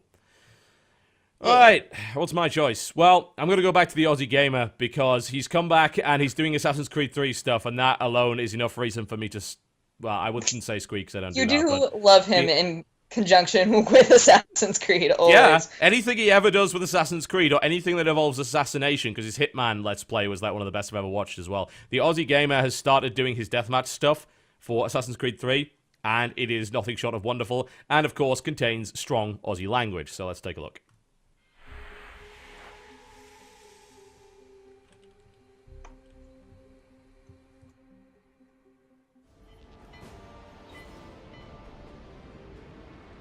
Your objective is to find and kill assigned targets. Avoid being killed by other players. Hello, ladies and gentlemen, and welcome to the very first episode of Assassin's Creed 3 Multiplayer Mayhem. Our avatar of choice today is the Carpenter, and we're playing some simple deathmatch on a pretty small map known as Fort Walcott. Now, simple deathmatch, for those who don't know, is basically the same as regular deathmatch, just minus player abilities. So in short, it's just us and our instincts. Merely standing by a staircase won't save you from me. Prepare to... You were saying? Having stunned our first pursuer, we can see that our first target is Lady Maverick. However, as we make our way out of the cellar, she's killed by somebody else. Making our way into the more crowded area of the map, we are soon issued with another target. This time it's the Hessian, the fuckhead who tried to kill us earlier. And lucky for us, he's directly in our line of sight. Ahoy hoy. You again! I'll have you know that I will not be going down without a full... Hey! Is that so? Hearing whispers after killing the Hessian, we'll immediately move into the passing blend group and begin to scan the area for our pursuers. That shifty-looking lanky prick in the distance definitely arouses suspicion, and so we move around the corner to get out of his line of sight as we wait for him to get a little closer. Once he has his back to us, we'll sprint aggressively towards him and do nothing. Because as it turns out, he isn't our pursuer. Feeling a little bit stupid, we'll briefly pause within the center blend group before noticing one of our actual pursuers making a beeline right for us. And now, ladies and gentlemen, it looks like it's time to... Honorable death. Die honorably. Great stuff, as always, and it gets progressively more ranty the further into the video it goes. I love everything he does with Assassin's Creed 3. It's like, you could just keep making those every single day. Not like you can, because those are... That takes a lot of fucking effort to slow down and speed up and edit like that, but yeah, it's good. It's good shit, man. I love it. You know you're way into a video when the stream comes back on and your expression is... Yep. You're just, like, totally zoned out. That was amazing. When it came back on, I saw myself. I was like, "You look stupid, Jesse."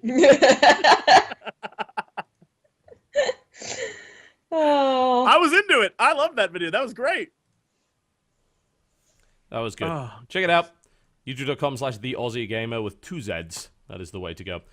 I think that pretty much wraps us up, honestly. A couple of reminders. There is Game Station content. Gabe Newell Law is up on YouTube.com/Law. That is, of course, voiced by Dodger. That is up there, and you will maybe learn things that you did not know about the Bearded Master. Also, there is a new Iron Gamer over at youtube.com/TheGameStation, which is PlayStation All-Stars. Oh, no. Yep. Oh. One thing I've learned is, be it PlayStation All-Stars or Smash Brothers, I suck at both of those. Yeah, me too. Yeah, not very good. Oh, goodness. That's pretty much it, I think. That's our show done, man. Are we done? Yeah, Are we done? Let's remind people what's coming this week. Probably not a lot, because, again, it's Christmas, so... Yeah, we're not going to be doing too much, I would imagine, but what do you have? I'm assuming you want me to go first, as always. Yeah, we'll go with that. No! So, for this week, since I'm on the houseboat, I'm just putting up gameplay every day on Press Start to Continue. I'm playing Lucius and Testament of Sherlock Holmes. They will be alternating every weekday. And then on youtube.com/dexterity bonus, I do a daily vlog where I drink coffee and tell you about my day. So that's what's going on with me. And I don't think that there's really anything else right now. On Twitter, I'm at DexBonus. So come find me and hang out. Yep. Watch me tweet horrible, weird things. Jesse, I've added something else to the live stream. You may wish to check it out.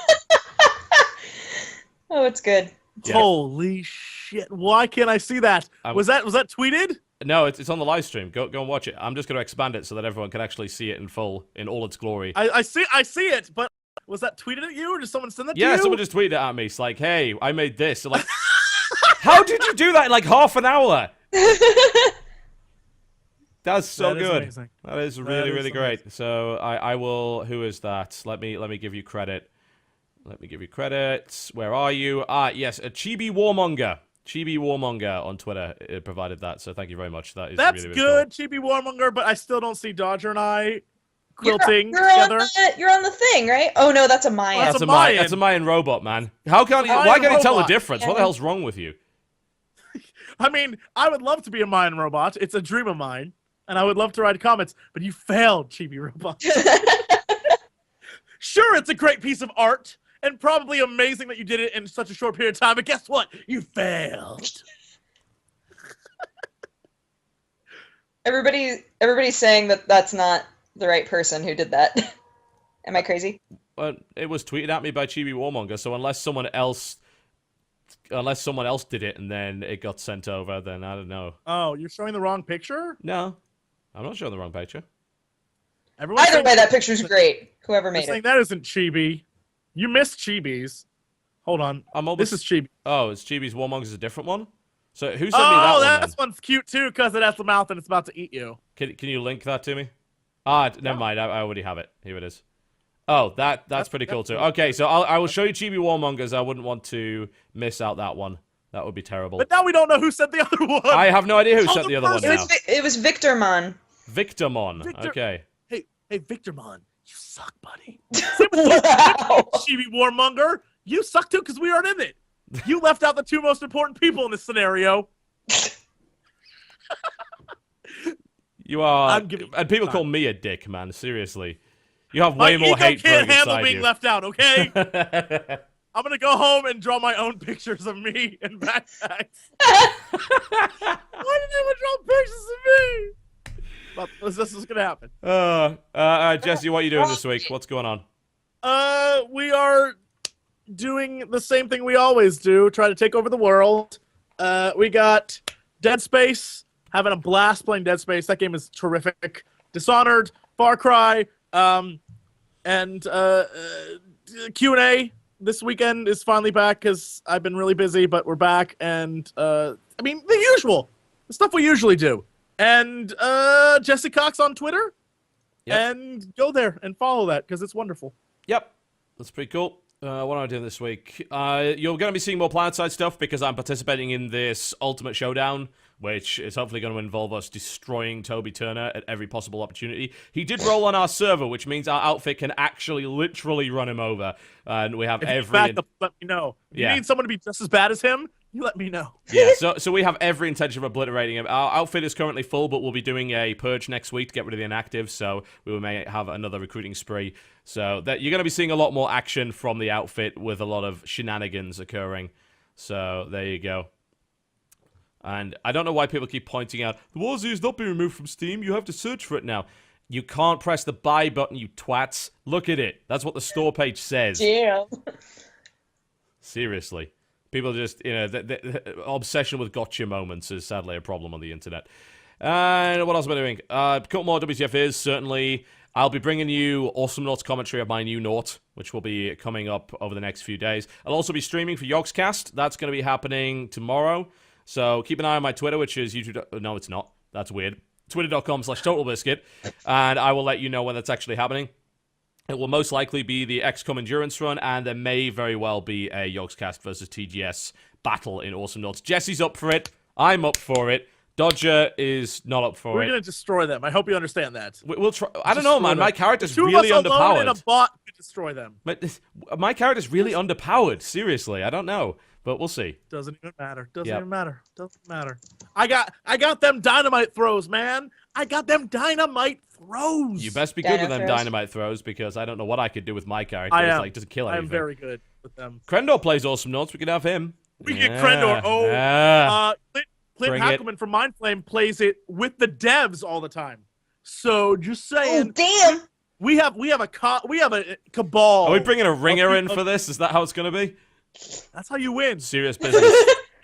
It's professionalism. Serious business, man. But yeah, so that'll be happening tomorrow. It's going to be endearing and enjoyable. Unloved by all. Yep. We'll show you. URL for that is twitch.tv/yogscast, by the way. So if you do want to know where that'll be, it will be twitch.tv/yogscast. I don't know what I'll do with it. I may or may not upload the 6-hour fucking XCOM stream to the channel. I don't know. It's unlikely. But we'll see. We'll see. I want to just point out that finally someone has done me the justice I deserve and drawn me a picture. Okay. Can you link that to me? It is. It is linked in the chat. Night Spectre finally did justice. Thank you, sir. Yeah. That's a work of art. That is a work of art right there. It's the picture I deserve. But not the one you need. It's right, yeah, I was gonna say. It's riding on a meatball. What the fuck is that? Jesus. It's just so good. That's ridiculous. Guys. That is ridiculous. Yes, congratulations on that one. And it's that kind of, I suppose that's pretty much all I'm doing, really. You'll be... Oh, yeah, Sailbox. Chat's like, that's not Jesse, that's a Mayan robot. Son of a bitch. Sailbox tomorrow. If the Steam sale does start tomorrow, then Sailbox will kick into gear once again. It's only like a week since the last one, but seems like they're really desperate to sell you video games. I can't see that being too much of a surprise to you, but yep, that's how it's going to be. That's how it's going to be. And you can check us out on Twitter. That's TotalBiscuit or Cynical Brit if all you want is announcements and not my ramblings. Do follow me on Twitter, by the way, because it will upset Day 9 because I'm about to pass him in followers, so yeah. Oh, do it. Do it just to see what he does. Just to see what he does. You should follow me on Twitter. Yeah, you can follow Jesse on Twitter as well. Follow me on Twitter too! Here's the deal. I have to stay ahead of Dodger on Twitter followers. Wait, how many do you have? God, now I gotta go look. You suck. No, I'll look for you. 58,000. Oh, dude, everybody start following me. Yeah, No! do it. No! God, no! I will not. I always lose to girls. Unfollow Jesse. Don't unfollow me. My tweets are valuable. No, keep following him. Just more of you follow me. That's all I. No, all she does is talk about her period. You don't want that.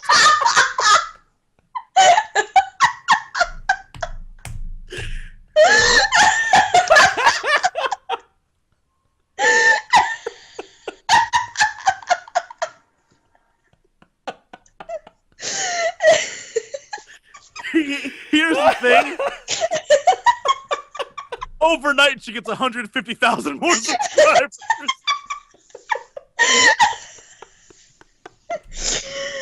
Twitter.com/@Dexbone. Oh my god. Oh. You suck. That's a good time to end the show, ladies and gentlemen. The classiest podcast of all time. Stop! No, stop! Stop giving her thing out. At Jesse Cock, follow me. Oh, Jesus Christ. All right. Okay. This is a good time to end the show. Have a great Christmas, ladies and gentlemen. Please try not to die to other family members that really hate you, if possible. Have a safe Christmas. Hopefully everything works out really, really well for you. We will most likely see you the day after Christmas, Boxing Day. Boxing Day. But happy all other holidays until yes, Boxing if you're doing Day. all other things, yep. Happy Chinese food to the Jews and stuff like that. Happy Chinese. It's true. End of the show. The Bye. end. Bye-bye. Hornets, on the other hand, they're douchebags. It's all about you. Yeah. Hornets are the dicks of the internet. Or the internet. Hornets are the dicks of the internet. Internet, insect, whatever. I imagine they're at home and their little Hornet computers like, your video sucks. That explains so much. The